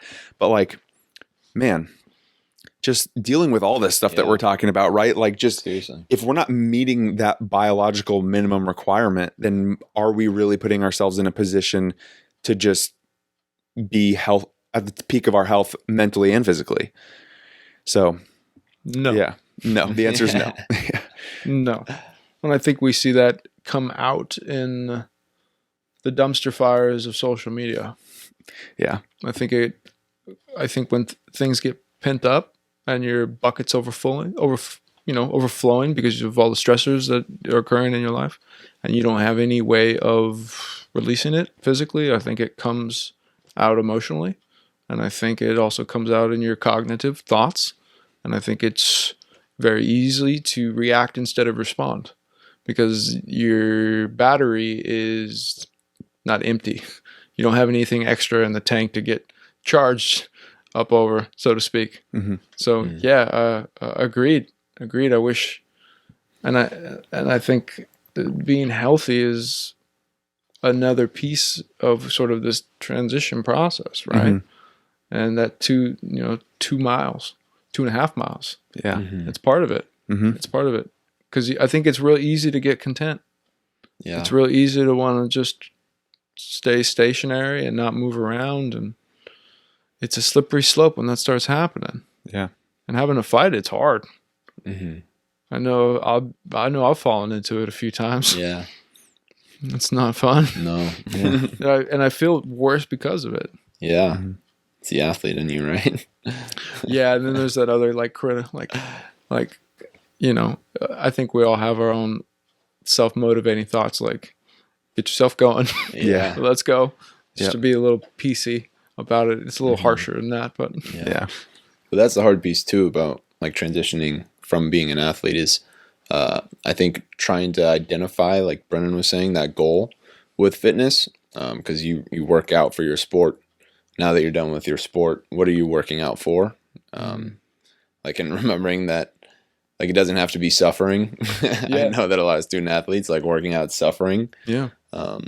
It can be pretty positive and a good experience. Because right out of college or right out of your sport, like, I want to say you're justified in saying, hey, I should probably deserve a break. Yeah. Yeah. But it's like, yeah, how long does that break last? Right. What do you do still? And that's a tough one.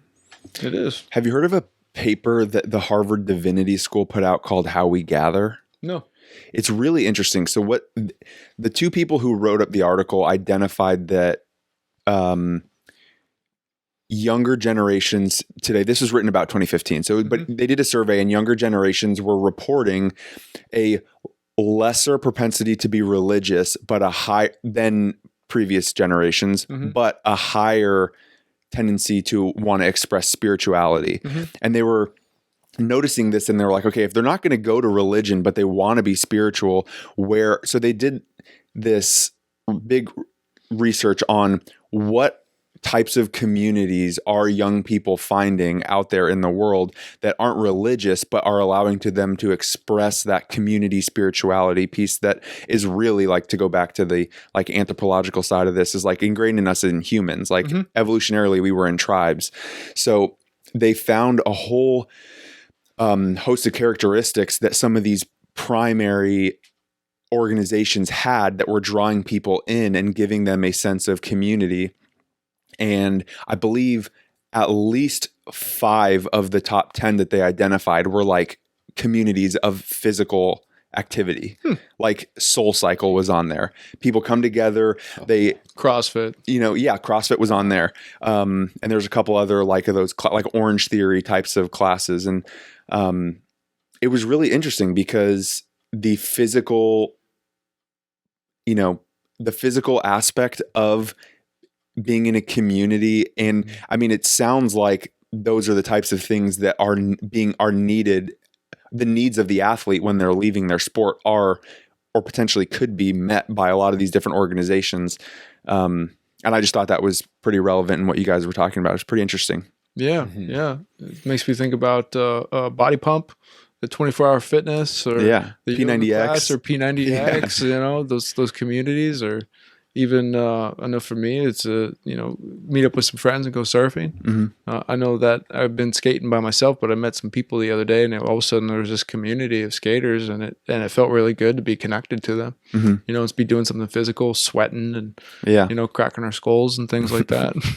But I agree with you. I think it's important because it's sort of the same concept, right? It's doing something physical and with people that you care about. Mhm. People that care about you, love and belonging, just like a sport. And those were two of the characteristics that they talk about in this paper. Maybe I'll send you the link after, because I think love you that. could get a kick out of it. But yeah, like some of the attributes were, like there was a group goal of bettering yourself. Mm-hmm. And then there was also positive societal pressure to push you to get to that goal. And those were two of the big things that a lot of these organizations had. And yeah, I think, when we talk about people exiting their sport and they need to be in this like physical, they need to continue to express themselves physically. I think might as well just take the two things and merge them together and make that a community thing too, right? Because that's another thing that you identify that all these people are missing. Is they're severed from that community, and now all of a sudden they don't have a way to express themselves physically, and they don't have that system to turn back on. And that can be when you even said that people need to identify who that 8 to 12 support system is, maybe finding, I think you can probably create surrogate support systems in a sense by just implanting yourself into a community right away. Yes. And so I think that's another commonly missed opportunity for people who are exiting sport. I don't think they approach seeking after a community like that.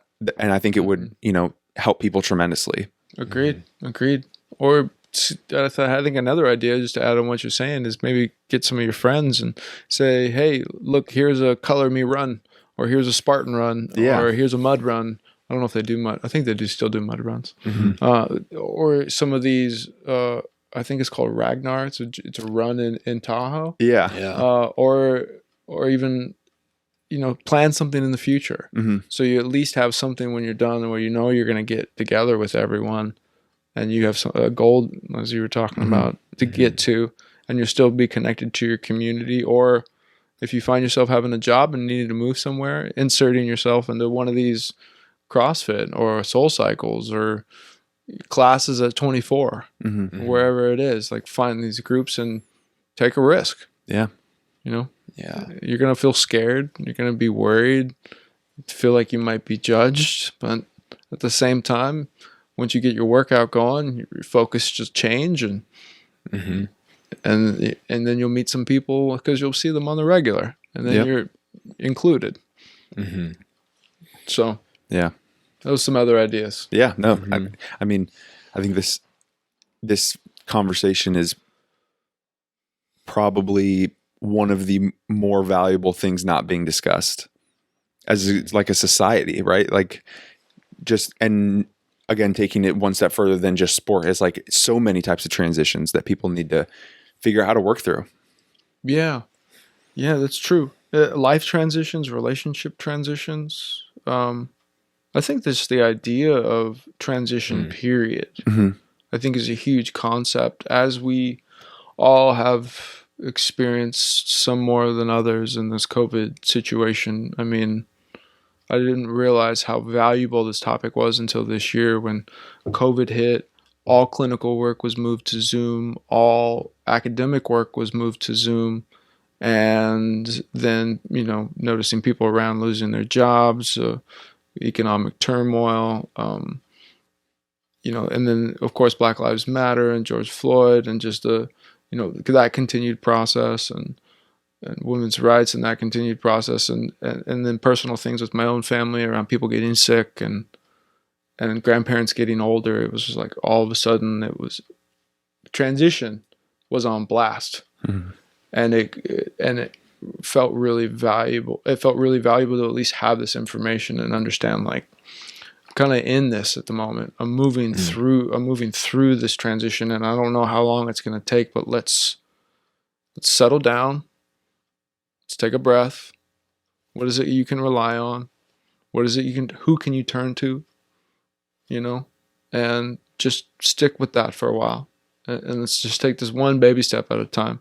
So I think the idea of transition is not talked about at all. And I think it is extremely valuable too. Yeah, that's so true. It's, I mean, if you're fortunate enough to not experience like a lot of like traumatic events happen in your life. You can like myself, I kind of just got by, went to college. And while there's some transitions within that, they're not like anything severe. And so it's not really talked about until it happens. Like there's not a lot of prevention. It's a lot of treatment, and that is unfortunate. And I think, like you said, like once you brought up that you were teaching this class to me a couple years ago, I was like, God, that just resonates like perfectly with what I see in the kids that I coach, what I experience with some friends of mine, and they're going through it, and what I felt too. And it sucks that like it has to be treated. And so, yeah, I'm just really glad that like this is something that is starting to get talked about more.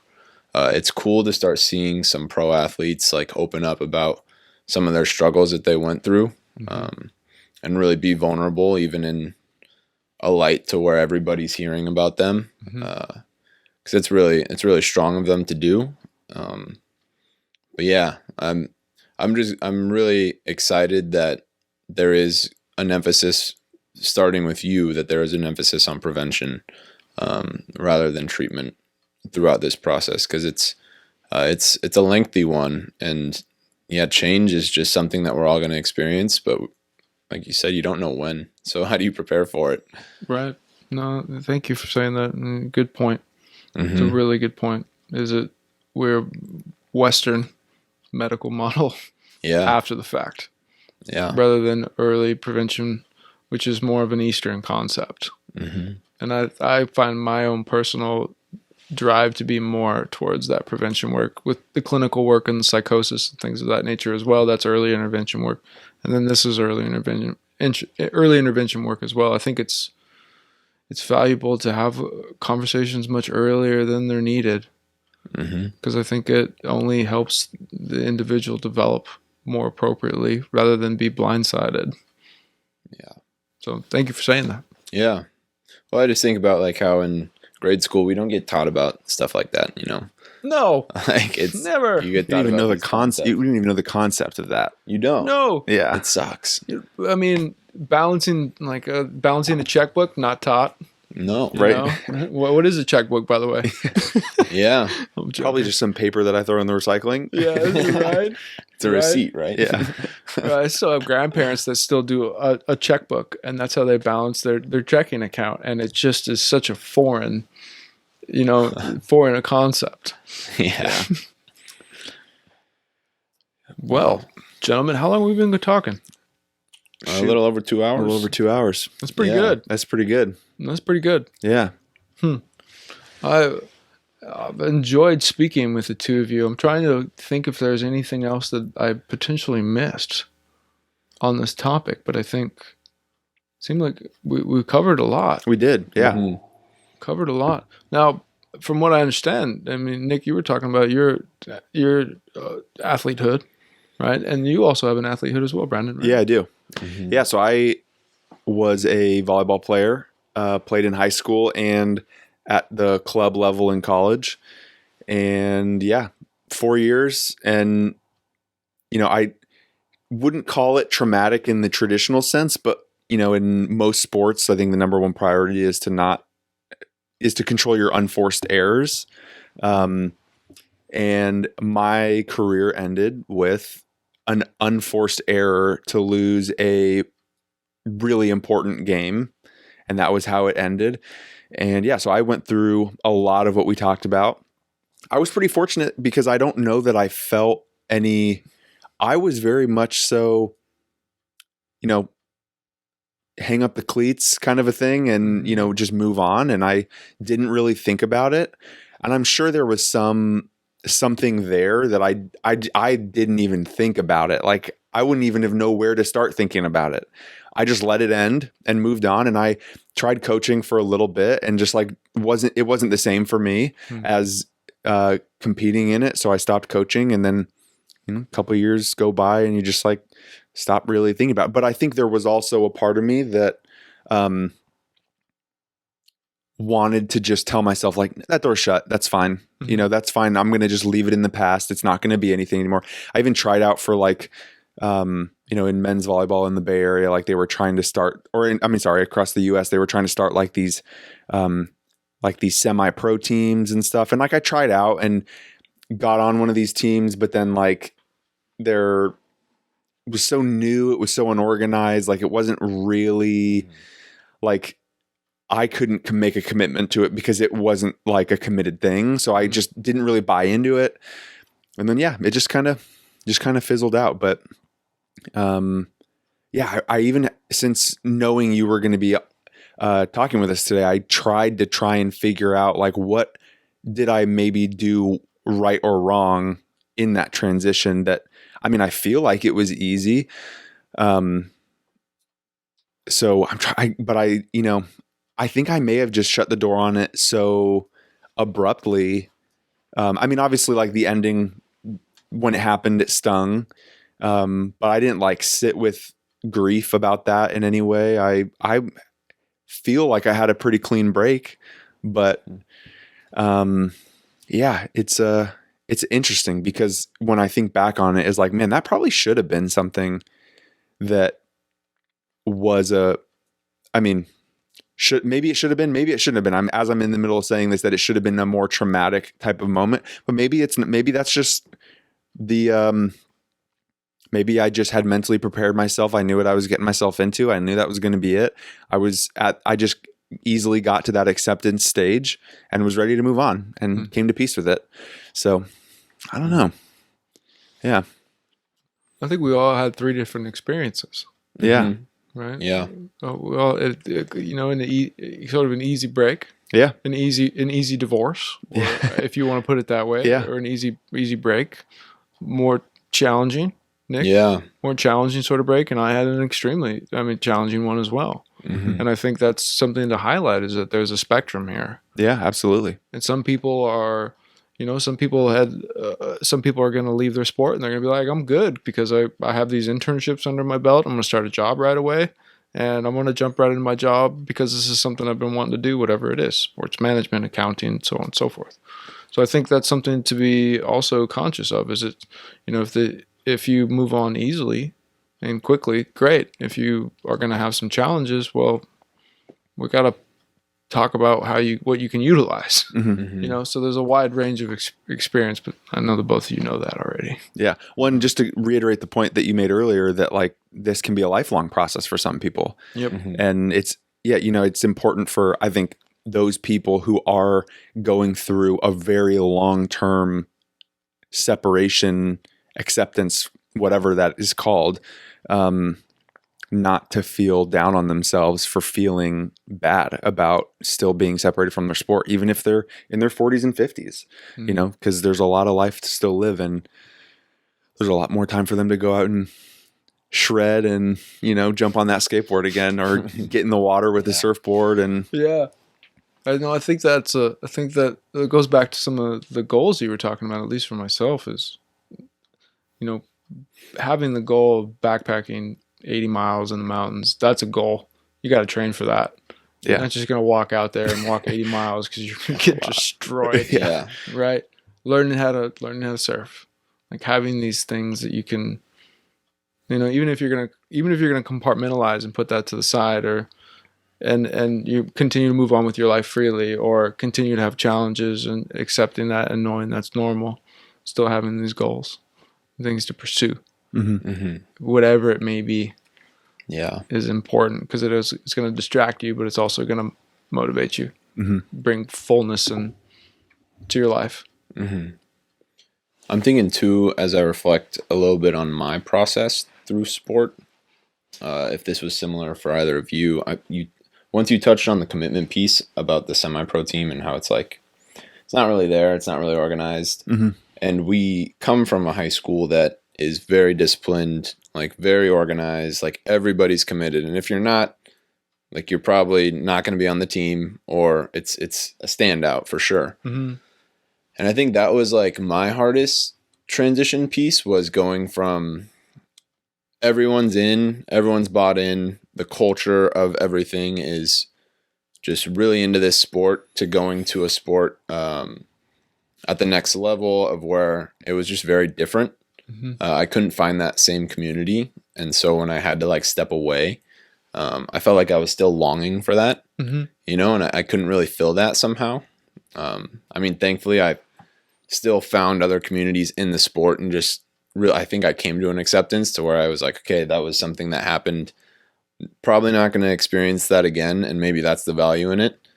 But that was a hard piece, I think, is trying to find out where that commitment level can sustain, and like, where can I still find this? Because there's a drastic change as we leave high school. I mean, some people experience it in college and then collegiately or at the pro level, but like that kind of sense of a collective goal. I think that's what was hard for me in transitioning out. And yeah, just coping with that was tough because, yeah, I mean, I still long for it because I coach like at the high school level. So I'm still wanting it. It's still a piece of who I am.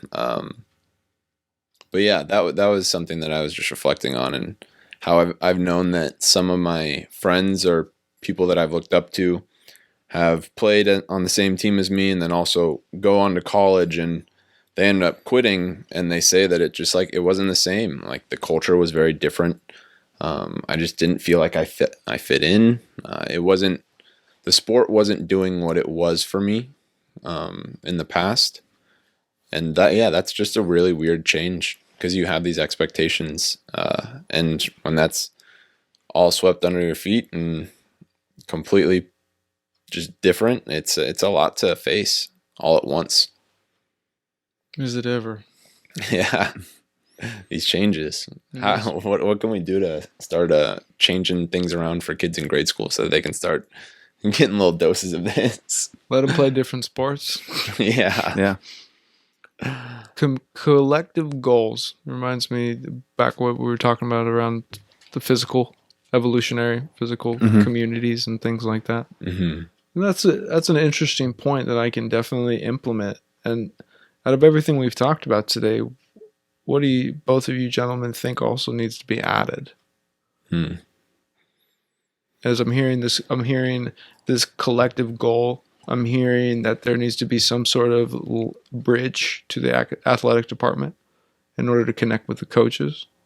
What other areas do you think need to be addressed regarding this topic that maybe this class or other arenas are not bringing up? I think one area that comes to mind, actually, I just clicked on me how similar it is when Nick was kind of explaining his situation a moment ago. And I think from what I hear, there's already a lot of criticisms in this realm already, but transitioning military. Yes. It's the same, we're talking the same thing. Yes. And I don't know exactly what the transitioning military plans are out there to help them. But I think in the efforts when you're in your class, I think that's one that people can connect with. A lot of people, even if they don't know anybody who's been in the military or whatever, they get what the transition in and out of the military is like, I think, at least to a certain degree.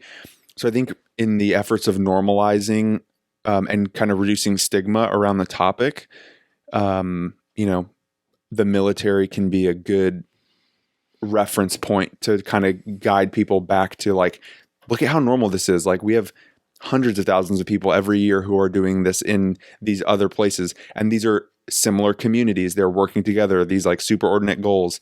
It's a word Nick and I have been using the last few weeks. And you transition out and you lose that in a more severe situation where you very well may be coming out with some PTSD or some other type of actual like real physical traumas, and maybe, even more closely related to some of these highly physical sports, like there could be even more correlation there. So I think that could be an interesting comparison you can draw. I don't know if you've done that in your class before, but that just clicked with me as Nick was kind of talking there. It's a good idea. I've not drawn it in, though I have connected with retired military personnel around it. And there seems to be, as you said, a lot of similarities there. I haven't directly used it. I wonder what it would do if I did bring a military veteran into the class in order to speak about transition, in order to more closely identify with students who are not athletes, who are just students. Mm-hmm. And I wonder if there's anything that would relate that could relate to them in that sense, as them, I understand being in the military is an honor and it is an identity in itself, and then there is this transition to being civilian life. And I wonder if there's something about that transition to civilian life that may have some bridges somewhere in intricate pieces and things of that nature. So I think that's definitely something to consider. And we haven't directly utilized it. I'll definitely think about that. I have another question just in regards to logistics of the course. So Yeah. It's a 1 semester course. 1 semester, 3 units, and it is been about 12 weeks, 12-week class, because of COVID kind of tightened down. Sometimes I kind of sneak in a week as well to go on an adventure, which I did this semester. Nice. 12 weeks. And really the end goal is to have them, of course, to have their creative strategies, have them their support network developed, and have them look at the love languages they possessed as far as others, and then have them build a plan for what 3 pieces from the class they found most valuable and that they can share to their teammates or share to others. And so when they are later on down the line and they are in a transition and they're like, oh yeah, I took a class on this, and I wonder what it is, they can pull up their final paper. They know what the creative outlets are that they utilized, who their support people are, and also how to advocate for some of the material and advocate for themselves, because I think obviously the more we're educated, the more we can advocate for ourselves. Yeah. I was also just thinking, back to the, just ideas that are hitting me in the middle of this conversation. Yeah, I don't know throw 'em out. if they could be executed in your program or anything, but is there a way to maybe like utilize the class itself as a like moving forward, like this can be a support system for you? Or like just thinking a Facebook group that people can join, in anticipation for transitioning out of sport, where people can share their story, express their struggles, or do whatever they want to do. You can funnel in-class content through it of some sort. I don't know. I think they're just putting that hook in people to keep it on their, presence of mind, and a place where they can go if they need an outlet, or just to feel like they're not alone because other people are going through it. I'm just curious if there's a way that your class can almost become this like community of sorts in itself. I think it does have the opportunity to be that, yes. I think that's something that I'm deeply challenged by, is building something on a social media platform where everyone can be together in one space in order to support one another. That's something that I have definitely thought about. I continue to remain stuck on it for some reason, and I don't know necessarily if it's because I am not skilled at bringing people together. I'm more skilled at providing information and then letting it go out into the universe. Though I think it's a solid idea and one that I definitely need to do, because that would be a way, of course, of getting guest speakers to come back. You get students who were in the very first class coming back and talking about their experience and how it related. I think there's a lot of value in that. And it brings the alumni community as well. So I agreed. And I think that there's been a part of me that's been a little bit scared that since the course is still developing and it's still, only 6 years old, it's still really an infant, that it didn't have enough weight to keep people engaged, that it needed to be fine-tuned and on point in order to take it in that direction. And maybe it doesn't. Maybe that's just more my fear. What I'm trying to say is I like the idea, and that's something I need to do and been challenged with. Just to be transparent. Yeah. Yeah. Yeah. No, definitely easier said than done, right? Yeah. Definitely. So no doubt about that. But yeah, that's exactly what I was thinking of how like past students can still come back and still stay connected. That'd be really cool. Agreed. And Yeah. where's the line though? Where's the line between Yeah. reaching out to students and saying, "Hey, do you want to come guest speak?" and them actually wanting to reach out? Mm-hmm. Where's that line? It's somewhere there, right? It's somewhere, and I don't necessarily know what it is. I think if they had a profound enough experience and the information resonated with them and they felt the same sort of passion about the topic, they would find a way to contact, right? And there's only, as I said, been one or two that really have reached out. So that makes me wonder too, is if the content of the class and the structure of the class is actually of practical means beyond the athletic arena. Because if the information is actually being utilized like a follow-up, survey to a case study, things of that nature. So that would also be, I think, another piece of it is now that you're 5 years down the line, what was helpful and what wasn't helpful. And so I can adjust this and change course of the ship so more people will get on the ship rather than jump on lifeboats and are left to these tools swimming in the ocean with the lifeboat, so to speak. I don't know if that's a good metaphor, but I think it works. It does. Yeah. Adding that quantitative research piece would be really cool, and the qualitative piece. I think how would one get quantitative research for something like this? It seems that from what I've seen, it's more qualitative. Yeah. You just have everybody sign consent stating that 6 years from now, I'm going to be pinging you with a survey. Yeah, exactly. I'm sending you the mail. Give me your It'll be address. random. You won't remember it, but you're going to be asked some questions, and here you go. Yeah, definitely. Yeah, you'd have to get some kind of polling in. I guess that'd be like, because then you could pull data from the polls. Exactly. But how do you get volumes of polls to like make it meaningful? And good, and it would be have to go back and get everyone's email address and send them all the Survey Monkey and get all the stats and the numbers and sort of reopen the stats book. I haven't really used much stats in my clinical work since I took it in my graduate studies. It doesn't really transfer it over very well. Do you remember, sorry, not to just go off this topic, but I'm pretty curious. Do you remember what the whole first time you taught this course was like? Yeah, it was a 1-unit class, and it was 7 classes. And so all the information that I'm teaching now was condensed into those 7 classes.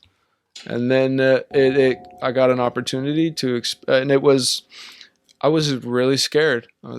I think I was 28 years old, and I'm like, oh my gosh, I'm a 28-year-old kid. I've had 3 years of substitute experience, so I'm kind of comfortable in front of students. But as far as what this organism is, this class I created in my graduate thesis, I don't know what this is. I don't know if it's going to work. I don't know if it's going to resonate. I don't even know if I have enough personality to keep them awake. So it was an interesting dance, and it had a really good response that first semester. And so it's like, okay, there's some nuggets here that are good, and let's keep getting feedback every class. Let's keep finding out what's working, what's not working. And it was and then the class jumped from 1 unit to 3 units.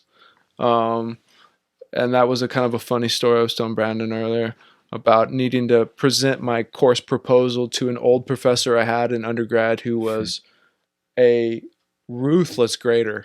It was ruthless. And so I have to turn him in. I'm like, oh my gosh, I'm 28 now, but I'm 29 or 30, and I feel like I'm back and I'm 19 again with this professor. Just exposed. Yeah, it's like, man, there's some transference going on. And so then it became a 3-unit class, and then it's been that way ever since, and it's continuing to become what it needs to become. It sort of has its own life. I just happen to be this median that it channels into and goes out into the world, and it kind of takes its own course from there. So that's kind of awesome. how it happened.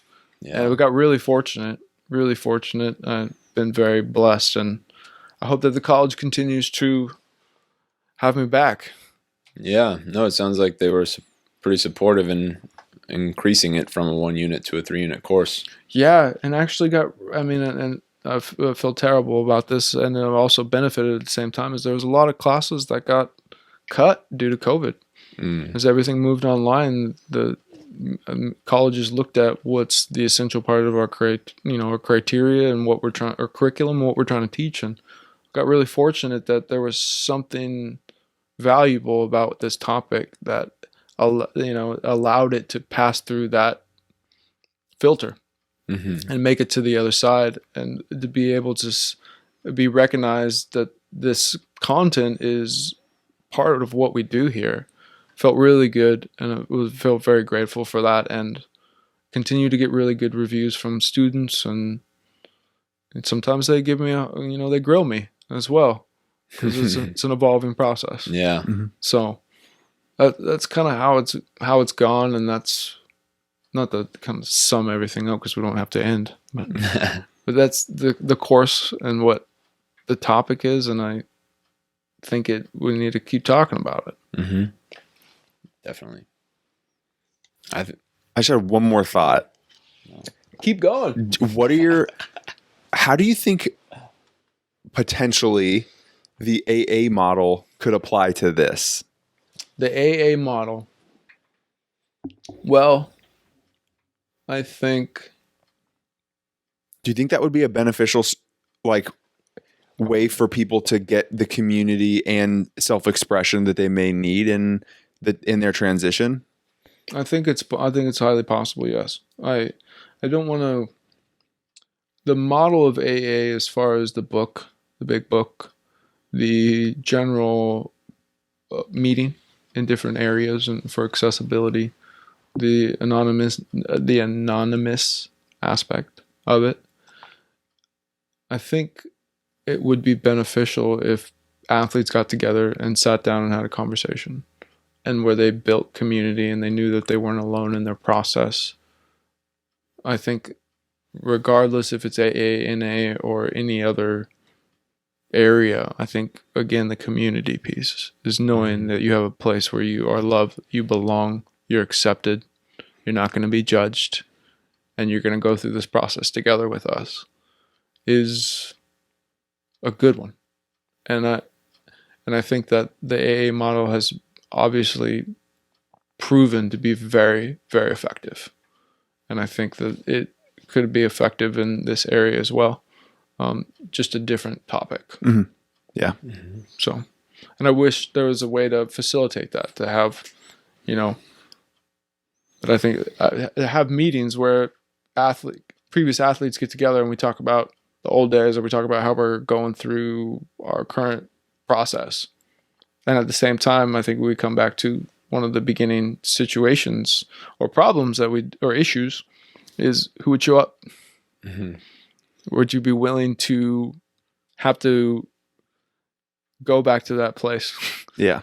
I have friends that actually will not talk to me about their athletic career because it is so tender and it is so charged. Yeah. So I think it would be great, and at the same time, it makes me wonder who would show. Yeah. You'd have to have a small starting group of people who were maybe people who were willing to, who weren't really in the place anymore, but were willing to maybe hey, bring one friend. Veterans. Yeah, you're right. Yeah. And we're going to help you. And you need to come to this because I think it'll help you. Nothing forced, but get people who have identified somebody in their life who they think would need it and benefit from it. And then all those 5 people. So it turns into a group of 10, and it's a safe place for everybody to do it. Like a core group of 5 founders. Yeah. Like 5 founders, like the founding fathers. I wouldn't go that far. Or mothers. I think we would need more mothers, or maybe even 6, a balance of gender. Yeah. Because it's very interesting. Something I find in my class is that as I'll spread this topic, but then as soon as I have a old friend named Michelle Myers, who was a volleyball player at Holy Names University, as soon as she comes in, there's almost this feminine energy that is transported into the class, and there's this aura of what the professor's talking about is actually true. You know, that it sort of becomes solidified, and there's this more open discussion that usually ensues beyond that. So I think having a balance of men and women is gonna it would be important for something like that in order for people's energies on a masculine or feminine level to be identified with, and it's only going to generate more safety, more trust, better discussions. That was all I got. This has been awesome. Yeah. Thank you both for letting me speak to my experiences and my truths and what I am trying to do every day on this topic. I really appreciate it, and letting me spread this information. Yeah, we appreciate you coming on because, I mean, we've both lived it. We know people who are living it. We're going to run into people in the future who are going to live it. We're going to go through it again at some point. So, I mean, this is invaluable information. Yeah. So we're grateful to have you on, and like grateful that you're like part of this movement, like starting this movement of really opening up this discussion, because it needs to be talked about. Like, parents need to know about it, prepare their children for it. Children just need to know about it and prepare themselves for it. So, yeah, thank you for this work. Welcome. You're welcome. If anyone wants to reach out, please get a hold of me at transition.creatively@gmail.com. That's the course email. Send an email there, and I can best support you with whatever situation that you're having, or if you have any suggestions about how to improve the course or areas that you think are beneficial for this topic. I'm open to them, and please reach out. Thanks for listening, everyone. Great. Thanks.